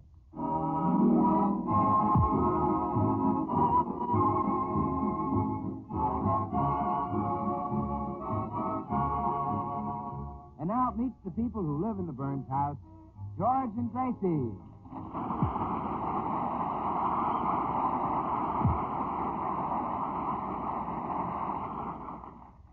Well, it's morning in the Burns home, and while Gracie sips her after-breakfast coffee, George stares gloomily into space. On his plate are a couple of untouched cold fried eggs, which look much happier than he does. You haven't eaten a thing, dear. Don't you want your nice eggs? No. They're very fresh. No, thanks. They're less than 24 hours old. I just fried them yesterday morning. I can't eat. What's the matter, George? Does your darling little head ache? No. Is there a pain in your precious little chest? No. Does your tiny little back hurt? No. Is there an ache in your great big... No. Well, sometimes your feet do bother you. Oh, I'm not sick. I'm just discouraged because I'm a failure. You are not. Oh, yes, I am. You married a poor, miserable, broken-down flop. Oh, nonsense. You're just repeating what you hear.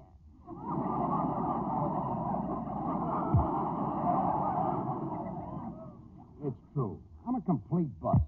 First, I ran for political office and got one vote, my own. Then you told me Harry James wanted me to sing with his band, and that was a mistake. A mistake which Harry James will regret. You have a gorgeous voice. Oh, let's face it. Got a voice like an owl with asthma. That's not true. You have the voice of a songbird. Why, it's as though a nightingale flew down your throat and laid an egg there. You're such a comfort to me. And I always will be. What if you can't be in politics? What if you can't sing with Harry James? There are dozens of things you can do well, so cheer up. What things, for instance? So cheer up. Oh, yeah. Whenever I feel low, I go down and buy myself a new hat, and then I feel better.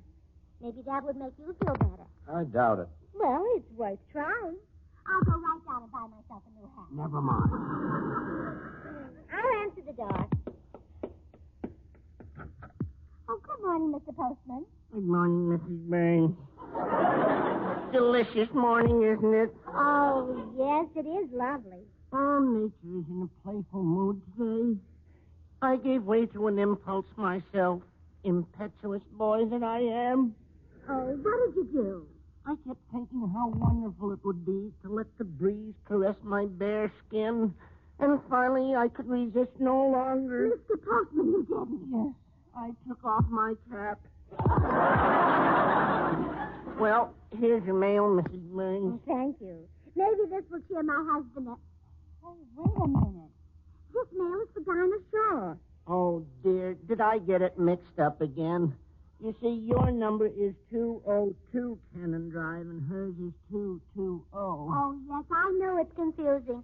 We even get packages belonging to Dinah Shaw. The other day, George unwrapped a package, and it was a size 26 girdle. Oh, that's rich. Oh, yeah.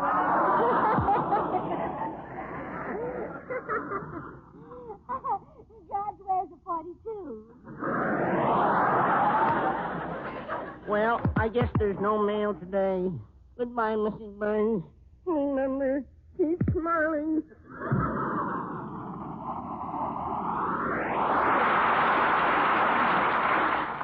Who was it, Gracie? The postman, dear. Oh, swell. Any mail for me? Oh, I'm sorry, darling. It was all for Dinah Shaw again. Oh, nuts. I wish people would learn that we live at 202 Cannon Drive, and she lives at 220. Anyway, that shows you how important I am. The only mail I get belongs to somebody else. Oh, well, don't you worry. You'll soon be getting plenty. What do you mean? Well, I know how much you enjoy getting mail. So to make you happy, I opened accounts at 7 new stores. I'm delirious.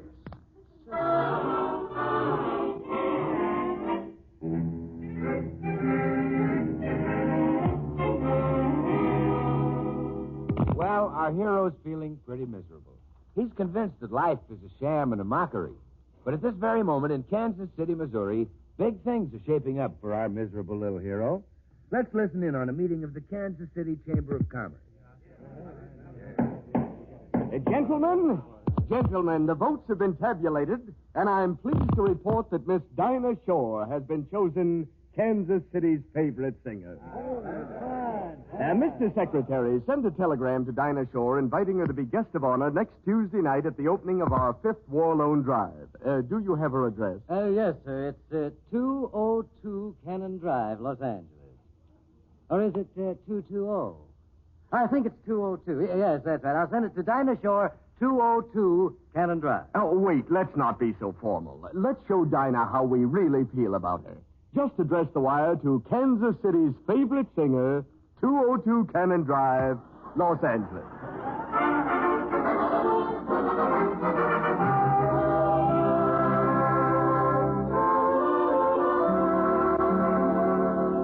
George, What? please don't pout anymore. It warps your little rosebud mouth, all out of shape.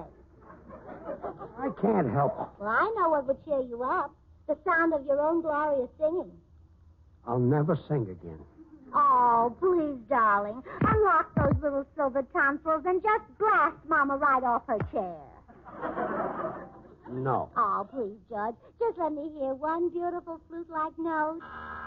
Oh, that was the prettiest one you ever... That was the door buzzer. Oh. Come in. Telegram. Oh, thank you. Judge, give the boy a tip. Here you are, son. Keep the change. Gee, thanks. That'll pay my rent. On a phone booth for 3 minutes. George! Look at this wire. I told you were great. What is it? Blake, you've been chosen Kansas City's favorite singer, and they want you to sing there at the opening of their big war bond rally.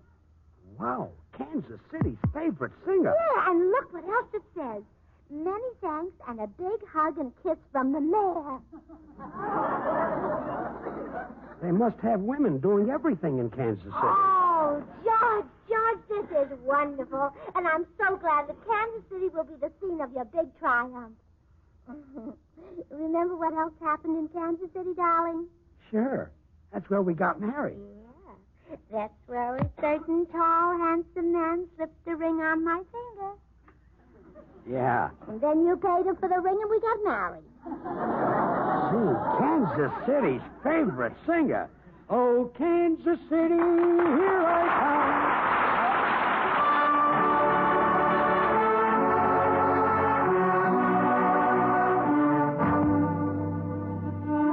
Jimmy Cash, our young tenor, sings for you the romantic ballad, Amor. Amor, amor, amor. This word so sweet that I repeat means I adore you. Amor, amor, my love. Would you deny this heart that I have placed before you? I can't find another word with meaning so clear. My lips try to whisper sweeter things in your ear, but somehow or another nothing sounds quite so dear as this soft caressing word I know. Amor, amor, my love. When you're away, there is no day, and nights are lonely. Amor, amor, my make life divine. Say you'll be mine and love me only. Amor,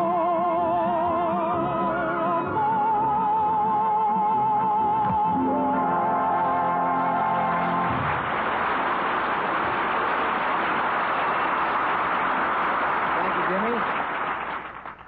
Well, a telegram inviting Dinah Shore to sing in Kansas City next week was mistakenly delivered to George Burns. The telegram was addressed to Kansas City's favorite singer, so that was good enough for George. Gee, Kansas City's favorite singer. Oh, Kansas City, here I come. Right. George. Back. George. Where? George. I. George. Huh? Stop singing. They don't appreciate you in this town. Don't let another golden note stick out of that precious little throat until we get outside the Los Angeles city limits. Well, isn't that a little selfish? No. It'll serve the people right. They didn't want you when they had you. So now we'll just walk out and they'll be stuck here with Bing Crosby and Frank Sinatra and Nelson Eddy and Dennis Morgan. Yeah, and Dinah Shore. Yeah. I don't see them being chosen a favorite of any city. That's right. Oh, Kansas City, here I come. Right. George. Back. George. Where? George. George. George, stop singing. Don't throw that glorious stuff around here anymore. Hollywood doesn't even deserve a hum. Maybe you're right. Certainly. They didn't even have the decency to put your footprints in the concrete at Grauman's Chinese. Well, I'll bet after Kansas City has heard you sing, they'll put you in concrete clear up to your neck.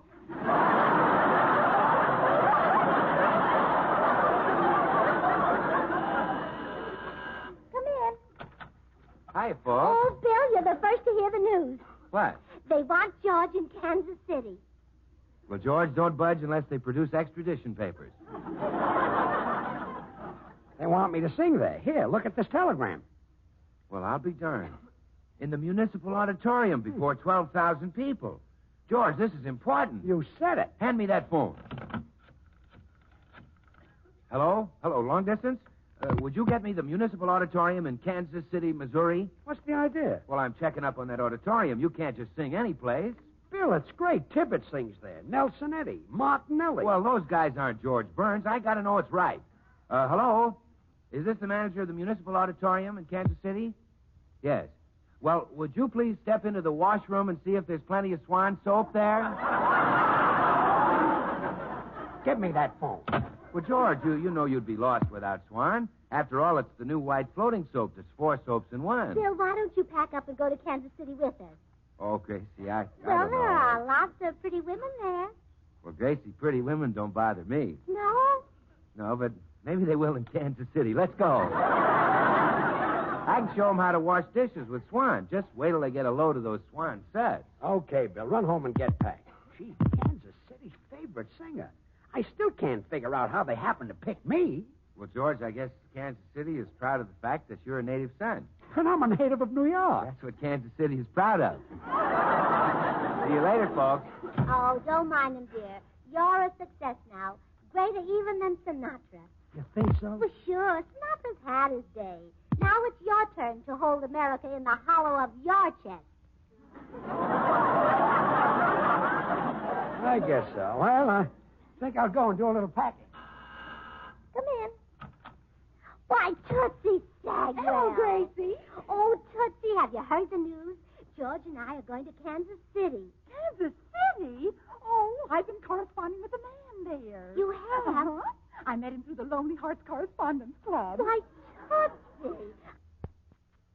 How romantic. Yes. He sent me a postcard, and then I sent him a postcard. He sent me a letter, and then I sent him a letter.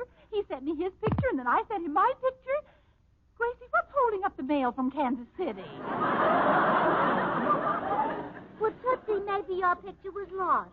Why don't you have another one taken in a bathing suit? You know, like Betty Grable. Oh, well, I couldn't look like Betty Grable. She's so curvy. Well, not as curvy as you. Oh, you mean Well, sure. I'll bet your shoulders are much rounder.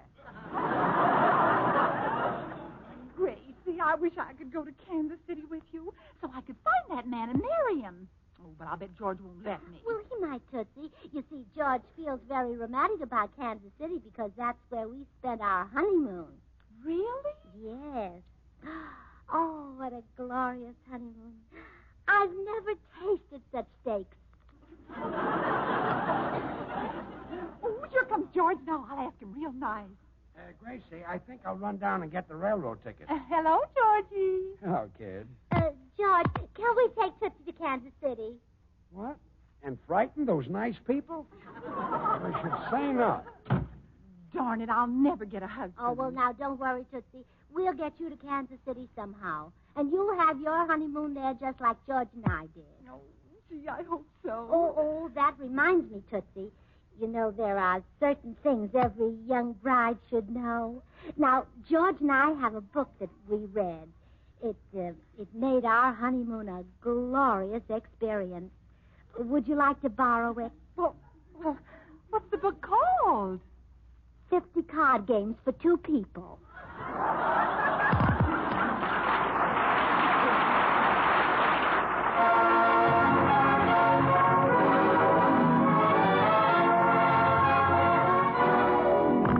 Time for Felix Mills and his orchestra with the Swantet. It's a brand new novelty called the Doodlebug Song.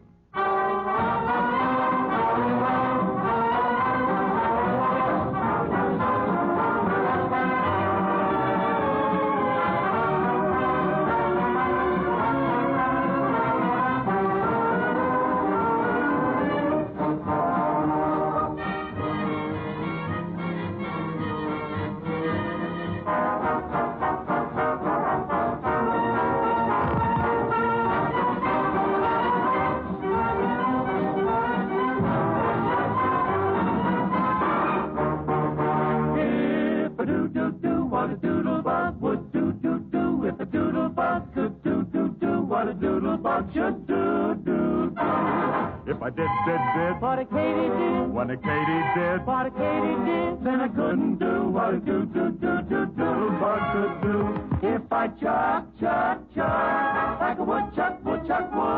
I'd be in luck, but I can't chuck like a woodchuck would.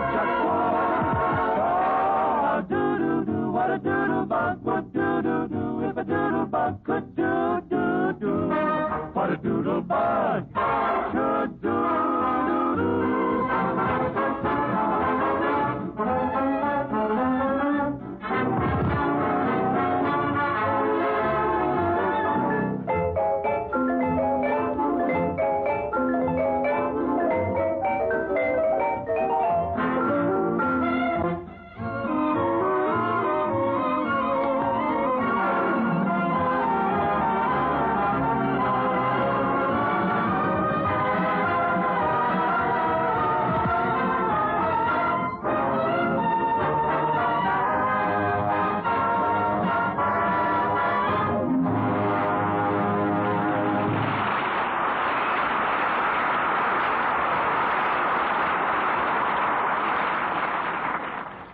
Well, George has been sailing since he got that telegram addressed to Kansas City's favorite singer. Meanwhile, at the home of Kansas City's really favorite singer...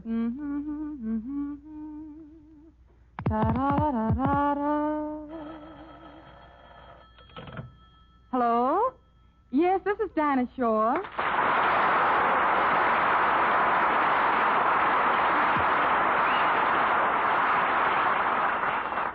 Kansas City calling? Oh, put 'em on. Hello? No, I didn't get any telegram. What? Kansas City's favorite singer? Well, thank you. At a Bond Valley? Oh, I'd love to be there. Oh, how about train reservations? Oh, you have? Oh, that's wonderful. Yeah, I can leave tonight. Okay, Kansas City, I'll be seeing you. Thanks again. Bye.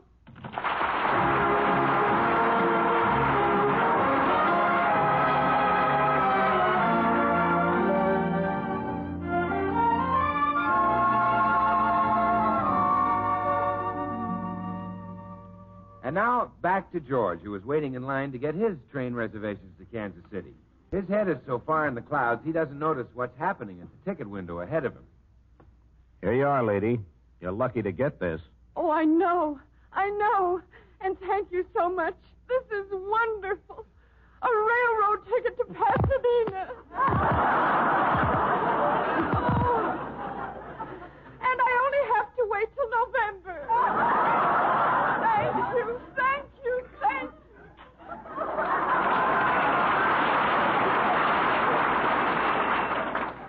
Next, please.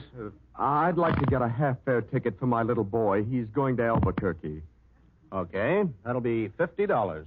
Oh, but that's the full fare. I want a ticket for a little boy.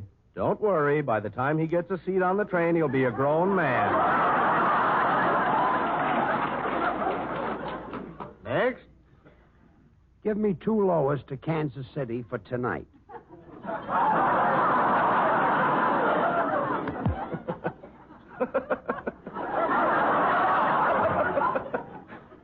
Would you say that again? Give me 2 lowers for Kansas City for tonight. I guess there'll be a lot of you Republicans showing up now. What'd you say? Oh, nothing. Well, if you haven't got 2 lowers, a bedroom will do. Oh, a bedroom will do. Yeah. And is there any special kind of train that you'd like? Or is the kind that goes choo-choo all right?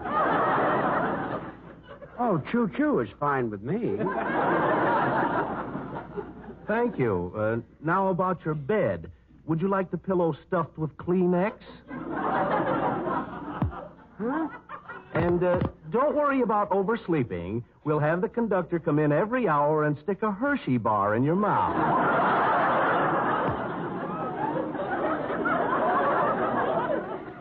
You wouldn't be pulling my leg, would you? No, the porter will do that at Wichita. What is this? Just give me my tickets. Are you kidding? Next. But I've got to sing in Kansas City. Next. But I've got You heard him say next. Scram. Okay. Now, what can I do for you, madam? My husband got sick, and I want to cancel this double bedroom to Kansas City tonight. Oh, wait. Can I buy it from you? Sure, why not? Just give me the $100. Madam, I could kiss you for this. Okay, but that'll make it 200.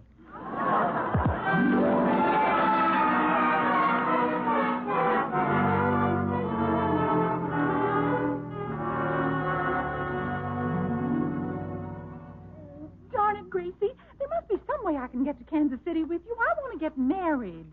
Hey, wait a minute. I think I've got an idea. What, Gracie? That trunk over there. You could hide in that and nobody would know a thing about it. Well, gee, it looks awfully small for a tall girl like me. Oh, nonsense. You can bend at the waist and knees, don't you? All we have to find is one more place we can bend you. Okay. If I thought it would get me a man, I'd squeeze into an empty toothpaste tube. Gee, I sure... Oh, quick. I hear George. Get into the trunk. All right. I'll try. There. That's it. Is all of me in the trunk, Gracie? Oh, yes.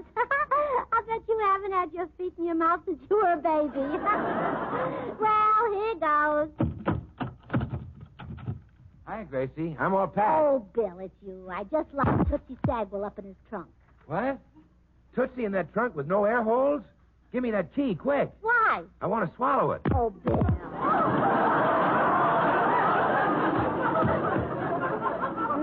There. Come on out, Tootsie. Well, what's the big idea, girls? Well, George doesn't want Tootsie to go to Kansas City with us, so she's going in this trunk. Well, Gracie, she can't ride clear across the desert like that. You've at least got to put some water in there for her. Say, that's right. Well, sure, Tootsie. It gets dry and dusty, and you'll want to wash with Swan. Here's a bar of Swan, the new white floating soap. Bill, all you think about is soap. I'm going to Kansas City to be married. Yeah, Tootsie has been corresponding with a man through the Lonely Hearts Club, and now he's going to see her in person. Yes? Well, sure. Missouri is the show-me state. Well, Tootsie, you're in no state to be shown. Ah, Bill, you're just sorry that... Oh, look, here comes George. Quick, Tootsie, into the trunk. All right. Well, Gracie, I got the tickets. Oh, hello, Bill. Hi, George. I'm all packed and ready, dear. Tell them to handle this trunk carefully. There's something special in it. Gracie, we're not taking that old broken-down wreck to Kansas City. George Burns, you peaked.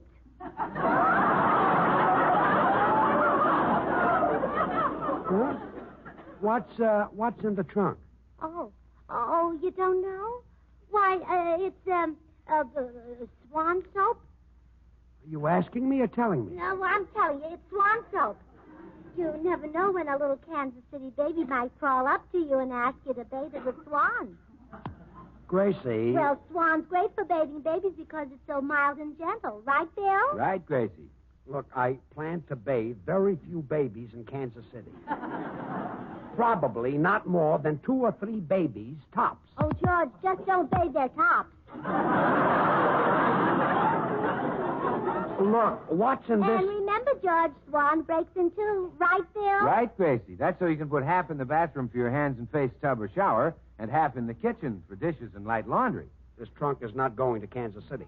Going to take it back to the garage. No, wait there. You go get your grip. I'll do it. You'll do it. Gracie, this is a heavy trunk.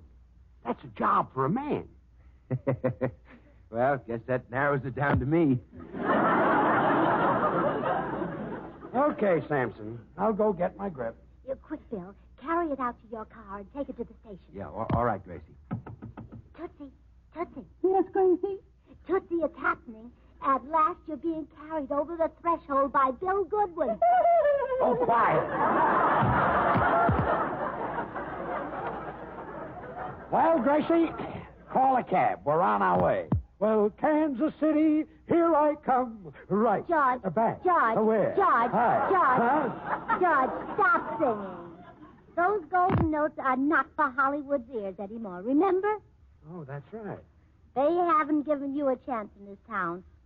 All this time, your town has been right under their very noses, and they couldn't smell it. Yeah. But the people in Kansas City smells you 1,500 miles away. Come on.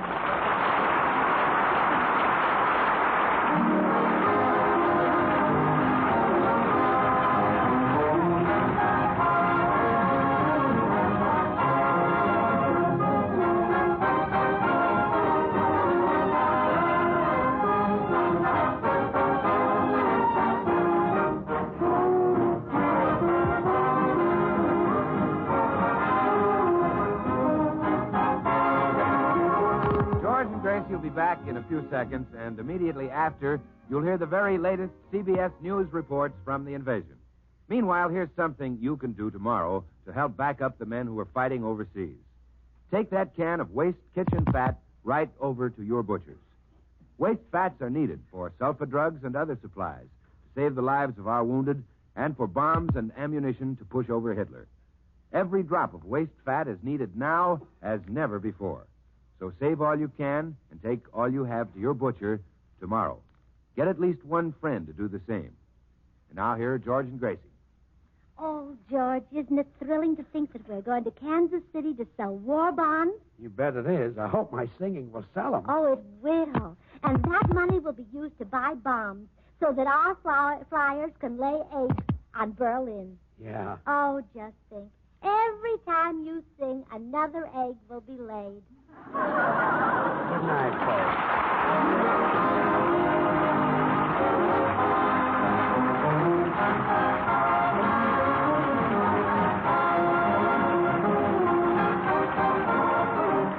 Next week, the makers of Swan, the new white floating soap, will bring you George and Gracie broadcasting from Kansas City, Missouri, in behalf of the 5th War Loan Drive. Our guest will be Dinah Shore. And remember the same time every Monday and Wednesday when you'll hear 2 other great programs, Lux Radio Theater and Frank Sinatra. Both the same time in the evening and over the same station as Swan Soap's George Burns and Gracie Allen. Tune in every Monday, Tuesday, and Wednesday at this same time. This program is broadcast to our servicemen and women all over the world through the facilities of the Armed Forces Radio Service. Remember George Burns and Gracie Allen, CBS, next Tuesday night, broadcasting from Kansas City with our guest, Dinah Shore. And now till next Tuesday, this is Bill Goodwin saying, well, I, Swan, How about you? Good night. This is CBS, the Columbia Broadcasting System.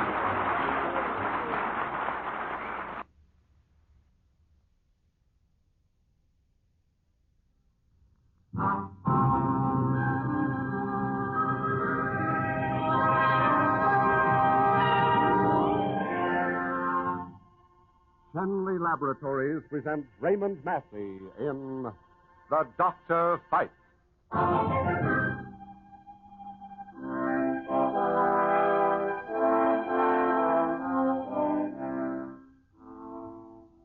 Here is a doctor.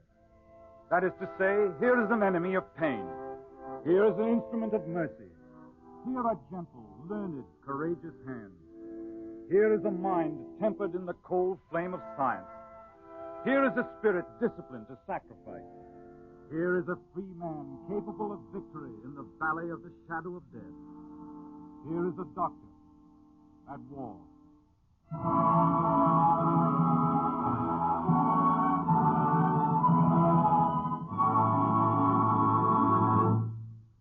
Ladies and gentlemen, this is Raymond Massey. Tonight, Shenley Laboratories start a new program dedicated to doctors at war. But tonight is the night of D-Day, and our program will most certainly be interrupted for any news whatever of the progress of the battle.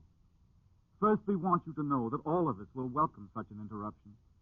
Like you who are listening, there isn't one of us here in the studio who isn't represented tonight over there in France. Today was it. Today was the start of the showdown. You, our leaders, who so long and painstakingly planned for this day, you have our gratitude and devotion. You who built the planes, the ships, the weapons of liberation. You who built the men, you will soon know how well you have built. You men of medicine who go into battle with our soldiers, our humble thanks go with you. Today was the day when our sons went forth to battle, raised by us, trained by us, fed, clothed, equipped by us, all of us. There isn't one of you, or of us here in the studio, whose thoughts and prayers are not tonight concentrated on our sons, our fathers, our husbands, brothers, friends, now in battle for our very existence, for the liberation of the world. Thank you, Mr. Massey. Here, during the weeks ahead, we will meet many doctors. This is the first of a new series of programs dedicated to doctors. Doctors at War. Each program will tell the story of a different physician in action, some at the front, some at home. Each story will be based on factual material, but in deference to the doctors themselves, names and places have been changed. Shenley Laboratories, makers of penicillin Shenley, present these programs as testimony to the services of the American physicians. Today, penicillin is available to your doctor through the cooperation of 22 great industrial organizations, including the Shenley Laboratories, which are making in the United States more penicillin than is available in all the rest of the world. Tonight's story, the first in this series presented by Shenley Laboratories, is titled Class of 38. Our narrator, Raymond Massey.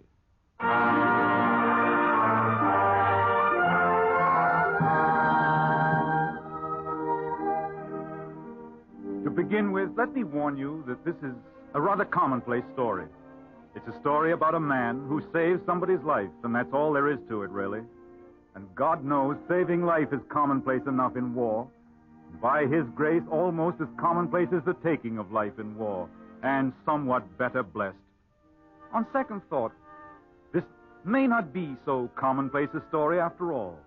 It may add up to something very personal, very important, very intimate to each last one of us.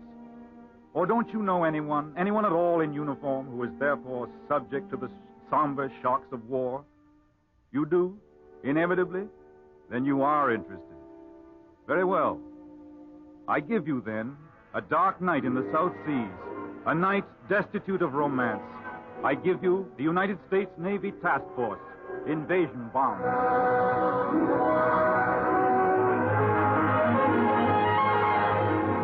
Target at 112 through, 28,400 yards ahead. On the boat deck of the Dark Transport, Dr. Robert H. Roback, Medical Corps, United States Navy Reserve. The doctor is nervous. Why not? Even the seasoned, battle-tried Marines all about the ship are restless. Dr. Roback leans over the rail, gazing at the faintly phosphorescent water gliding past the ship, unaware of his senior officer suddenly at his elbow. Good evening, Dr. Roback. Huh? Oh, good evening, Dr. Rayburn. Matter of fact, it's early morning. Yes, it is. Nervous? Oh, I feel the way I did when I took my state medical board examinations at Columbus. Oh, Ohio State man. Western Reserve University. Oh, yes, I know the school. Cleveland. Class of 38. Seems to me that's where Professor Dayton Miller experimented, isn't it? Oh, no, Doctor. That's Case School of Applied Science right across the fence from Reserve. Oh, of course. Ancient college rivalry and all that, no doubt. No doubt. I played football before I entered medical school. Great days. No war. Nothing to worry about but grades, exams, girls, and beat Case. Beat Case and go to heaven.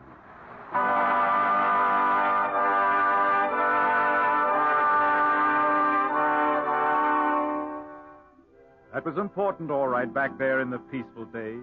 Beat Case. Dr. Robert Roback looks along the dark deck of a troop ship. Men in helmets, but men lying about, waiting, resting, pretending to relax, looking like football players taking time out before the hard game begins once more. Time out.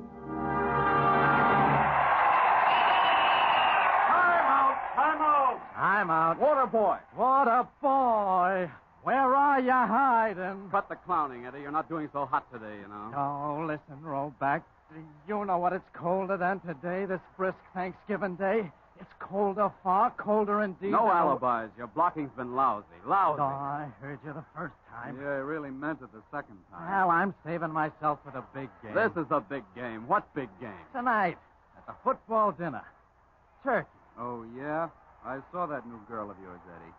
You ought to gone for the gals Roback goes for. Strictly from Shaker Heights. I see you're looking for a bruise, Joseph. The way I hear it, Roback's got some gal who's going to set him up in a shiny office the minute he staggers out of medical school. Comes 1967. One more remark out of you, fat brains, and I'll haul off it. I'm in. I'm in, Roback.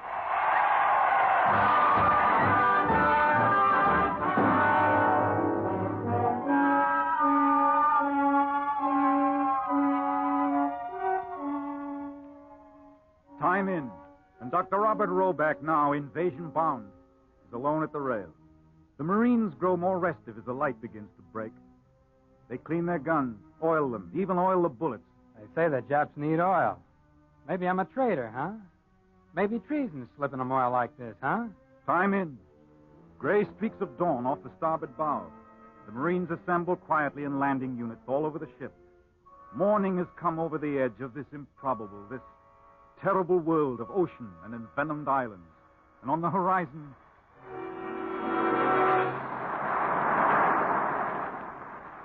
There she is, boys. Land. That's for us, brother. Hey, Doc. There she is. Yes, I see. Yeah? Guess this is it. A cigarette, Doc? Oh, thanks, Corporal. I'd like one very much. Oh, gee. I was asking you. Oh. Sorry, Doc.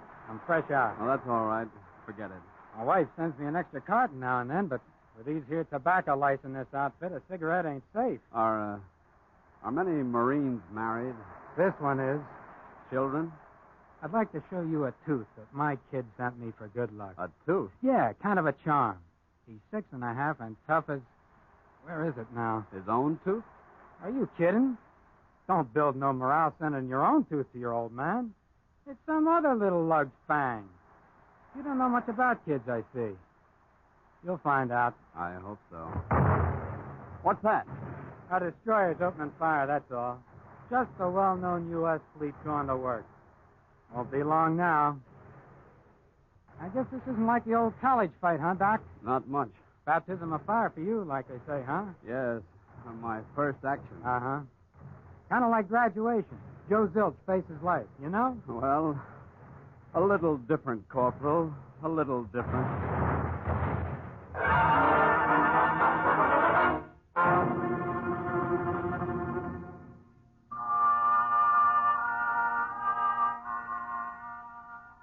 A little different. Oh, a great deal different. It had been beautiful and forever memorable there in Severance Hall, back in June of 38, and tears had gathered in Robert Roback's soul. It was still a boy's soul, although the sober graduation gown sat upon his shoulders along with a solemn degree that... To all to whom these presents come, greetings. On the recommendation of the faculty of the School of Medicine, the trustees of the university have admitted Robert Hastings Roback to the degree of Doctor of Medicine upon completion of the requirements pertaining to Congratulations, Bob. I'm so glad for you. Thanks, Helen. I made it. Where are you going to serve your internship? Lakeside, I think. Just so I'm practicing medicine, and then a practice of my own. And well, that's what I want to talk to you about, Helen. It's going to break Eddie Warren's heart. He always used to say I'd marry some wealthy girl. Oh, yes? I'm merely quoting that grim Warren person. Oh, I don't know. He has a point. Oh, a girl with money doesn't need me to support her. Neither does a girl without money. She can work. I don't want my wife to work. It looks bad. I will if I want to. It doesn't look good. People will think I'm not making a living in my profession. People will say... What you said. Who did? You did. You proposed to me. I did not. I heard you. You finagled me into it. Robert Roback, you're a dog. Dr. Roback to you. I hate you. Gesundheit. Thanks. Not at all. And so they were married.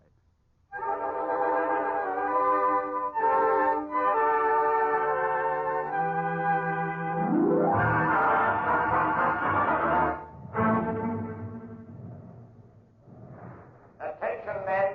Synchronize your watches. Synchronize your watches. The time is 10 minutes past 6 o'clock.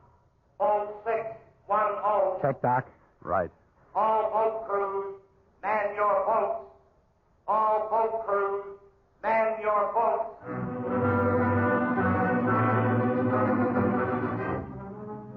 Dr. Robert H. Roback, class of 38, moistens his lips.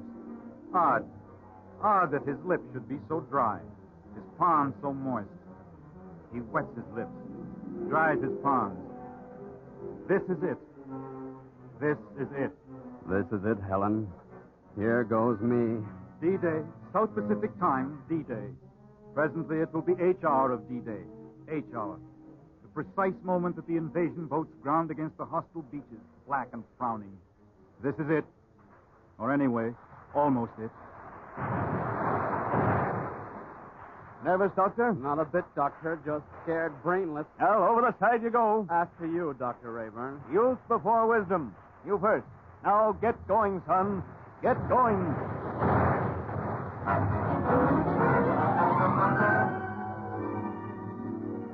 Quote, get going, son. Get going.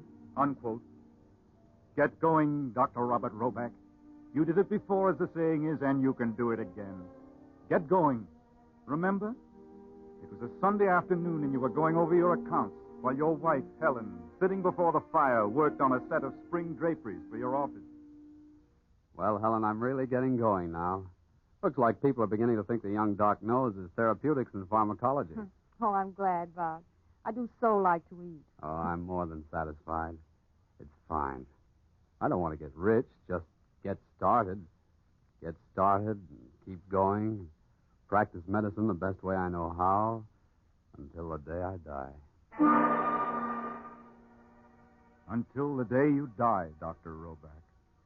And at the precise moment of this, your happy reckoning, another reckoning is taking place at Pearl Harbor in the Pacific.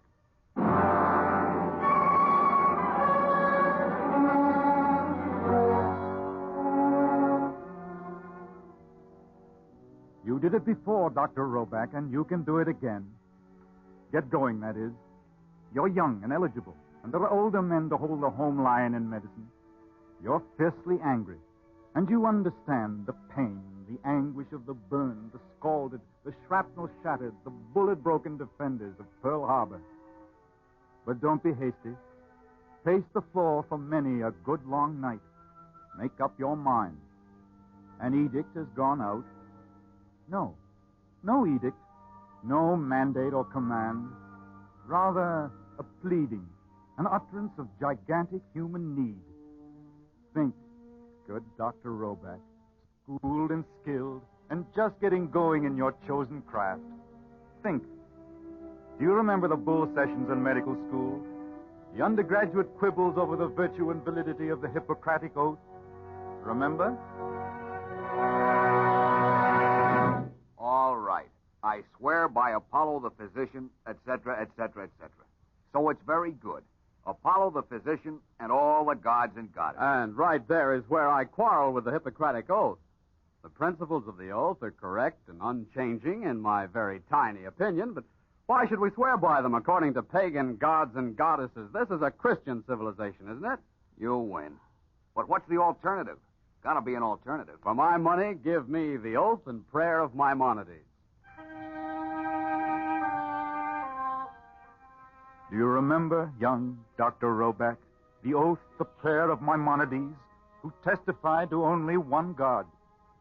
In the dead of night, in the midst of war, does the prayer commend itself to you again?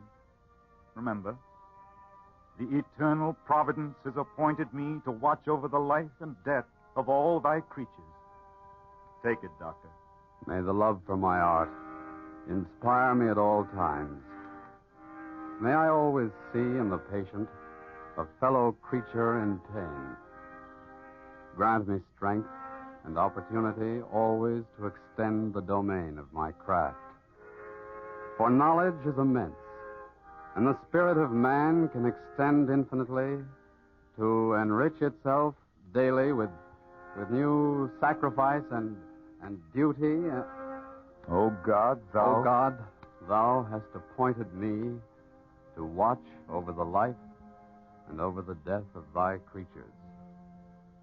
Here am I, ready for my vocation.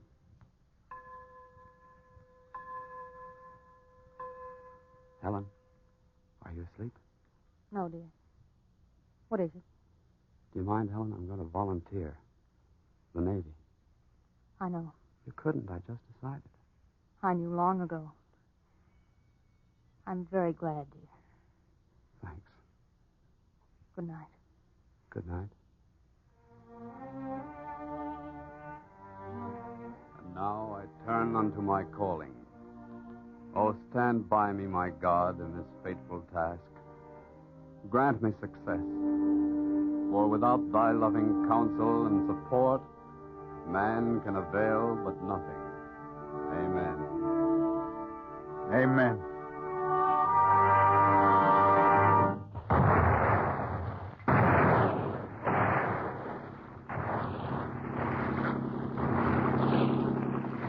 Better keep down on the boat, Roback. The Jap Chamber of Commerce may be out in force. After this terrific bombardment... Head down!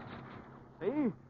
Everyone okay? All right, Doc. Still nervous, Roback? Worried. I always worry. We like warriors. They're responsible fellows. You'll do. I hope so. Don't worry. We beached. Now over you go and keep down low. Get in there and practice medicine. Let's go!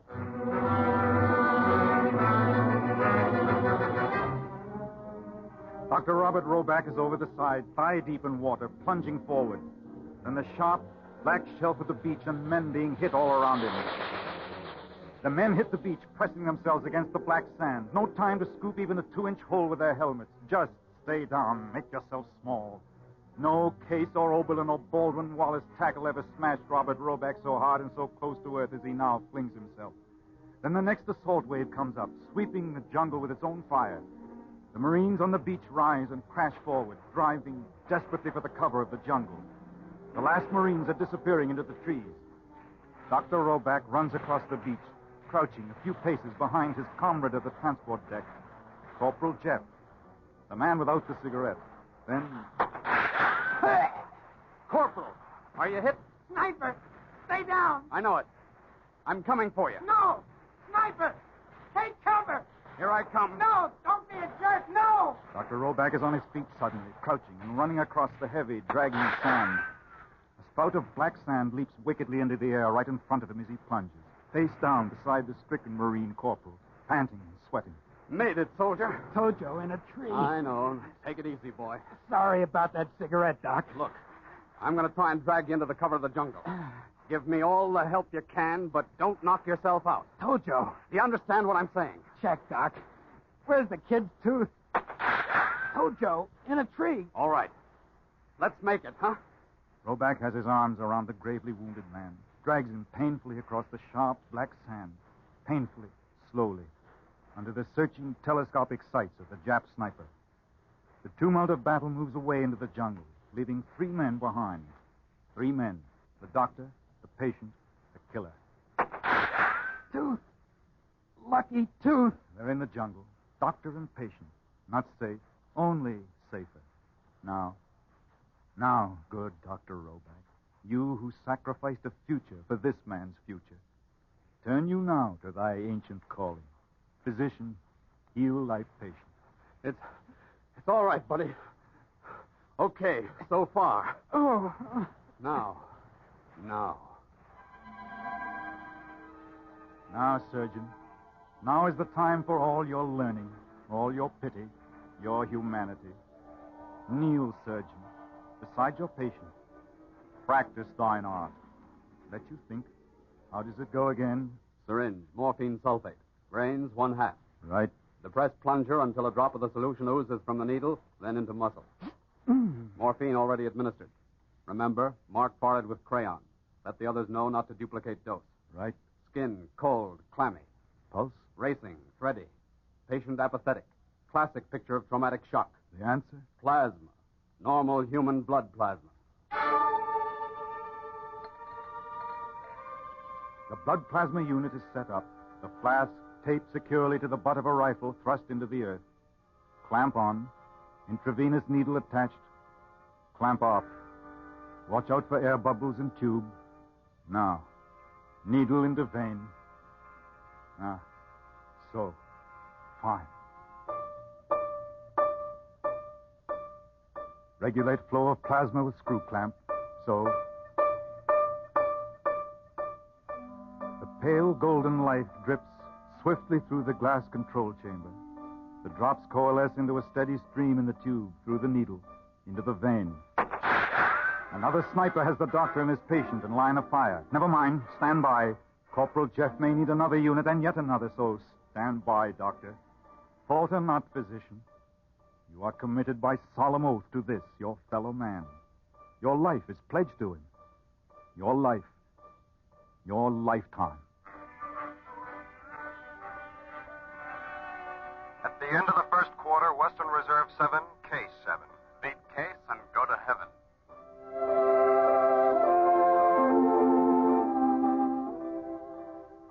He's going to set him up in a shiny office the minute he staggers out of medical school.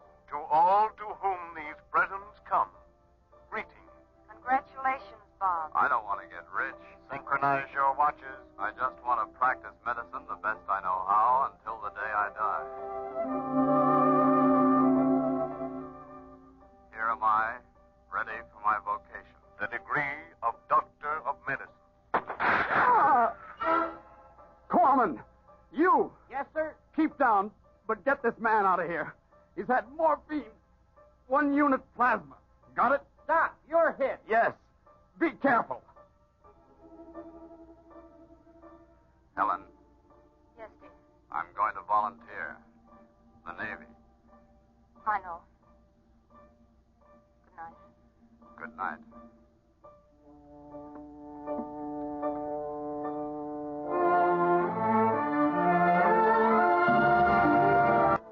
Evening. More than the beachhead, more than a foothold is ours. Many have fallen. Most have not. Some who have fallen rise again to tell their children of the combat, and they their children. As for Dr. Roback, wounded in action, if the physician cannot, according to injunction, heal himself, his colleague can heal him. And when the task force clears for other zones and men move forward steadfastly into the fire of the enemy, Dr. Robert Hastings Roback, class of 38, and his kind are with them. And in good time, the conflict must end. The hurt will be remade. The wounded shall not die, for a great art knows its destiny.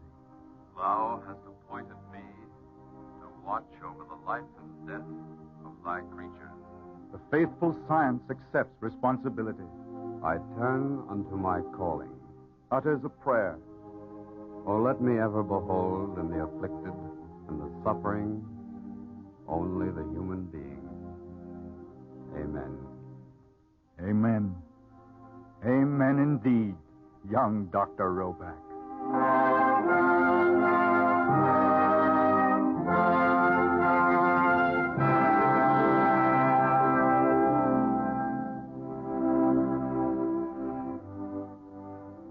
Ladies and gentlemen, Shenley Laboratories are honored to present Dr. James E. Paulin, President of the American Medical Association, speaking to you from Atlanta, Georgia.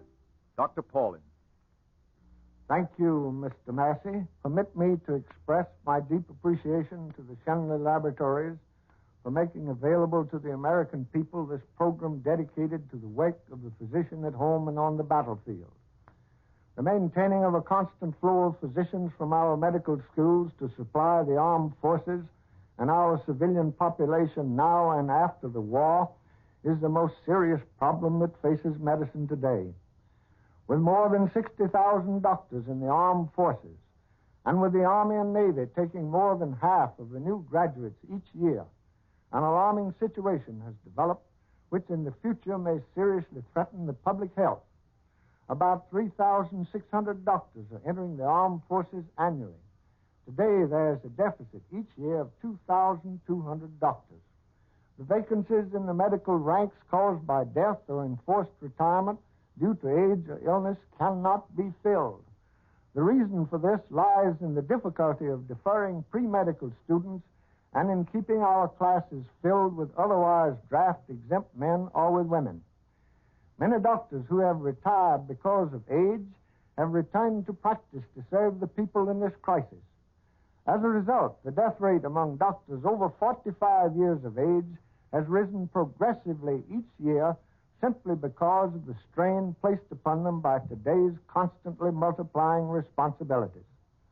More than ever, the medical profession has been deeply concerned with the problem of supplying better medical service for all the people. Great new discoveries in medicine, like penicillin and the sulfur drugs, blood plasma for shock and for serious wounds, plastic surgery, the repair of nerves, all mean so much to human health and life that every doctor longs to see them made available to any human being in need of them. The problems of medical care are fundamental to the reconstruction and rehabilitation of our nation in the post-war period. The medical profession of this nation is willing to take the lead in planning the evolutionary changes that are bound to occur. This is a humane and patriotic task to which the men and women of medicine have dedicated themselves. It is a task worthy of the loyal support of every American. Our thanks to Dr. Paulin, President of the American Medical Association.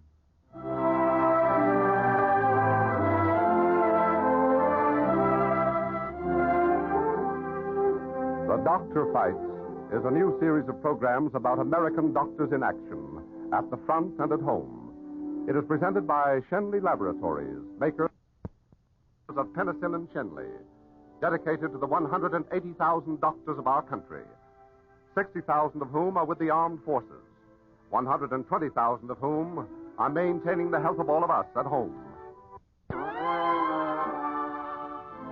The appearance of Dr. Paulin on this program does not constitute an endorsement of any sort. Next week, over these same stations at the same time, Shenley Laboratories will present Raymond Massey in the second of the series, The Doctor Fights.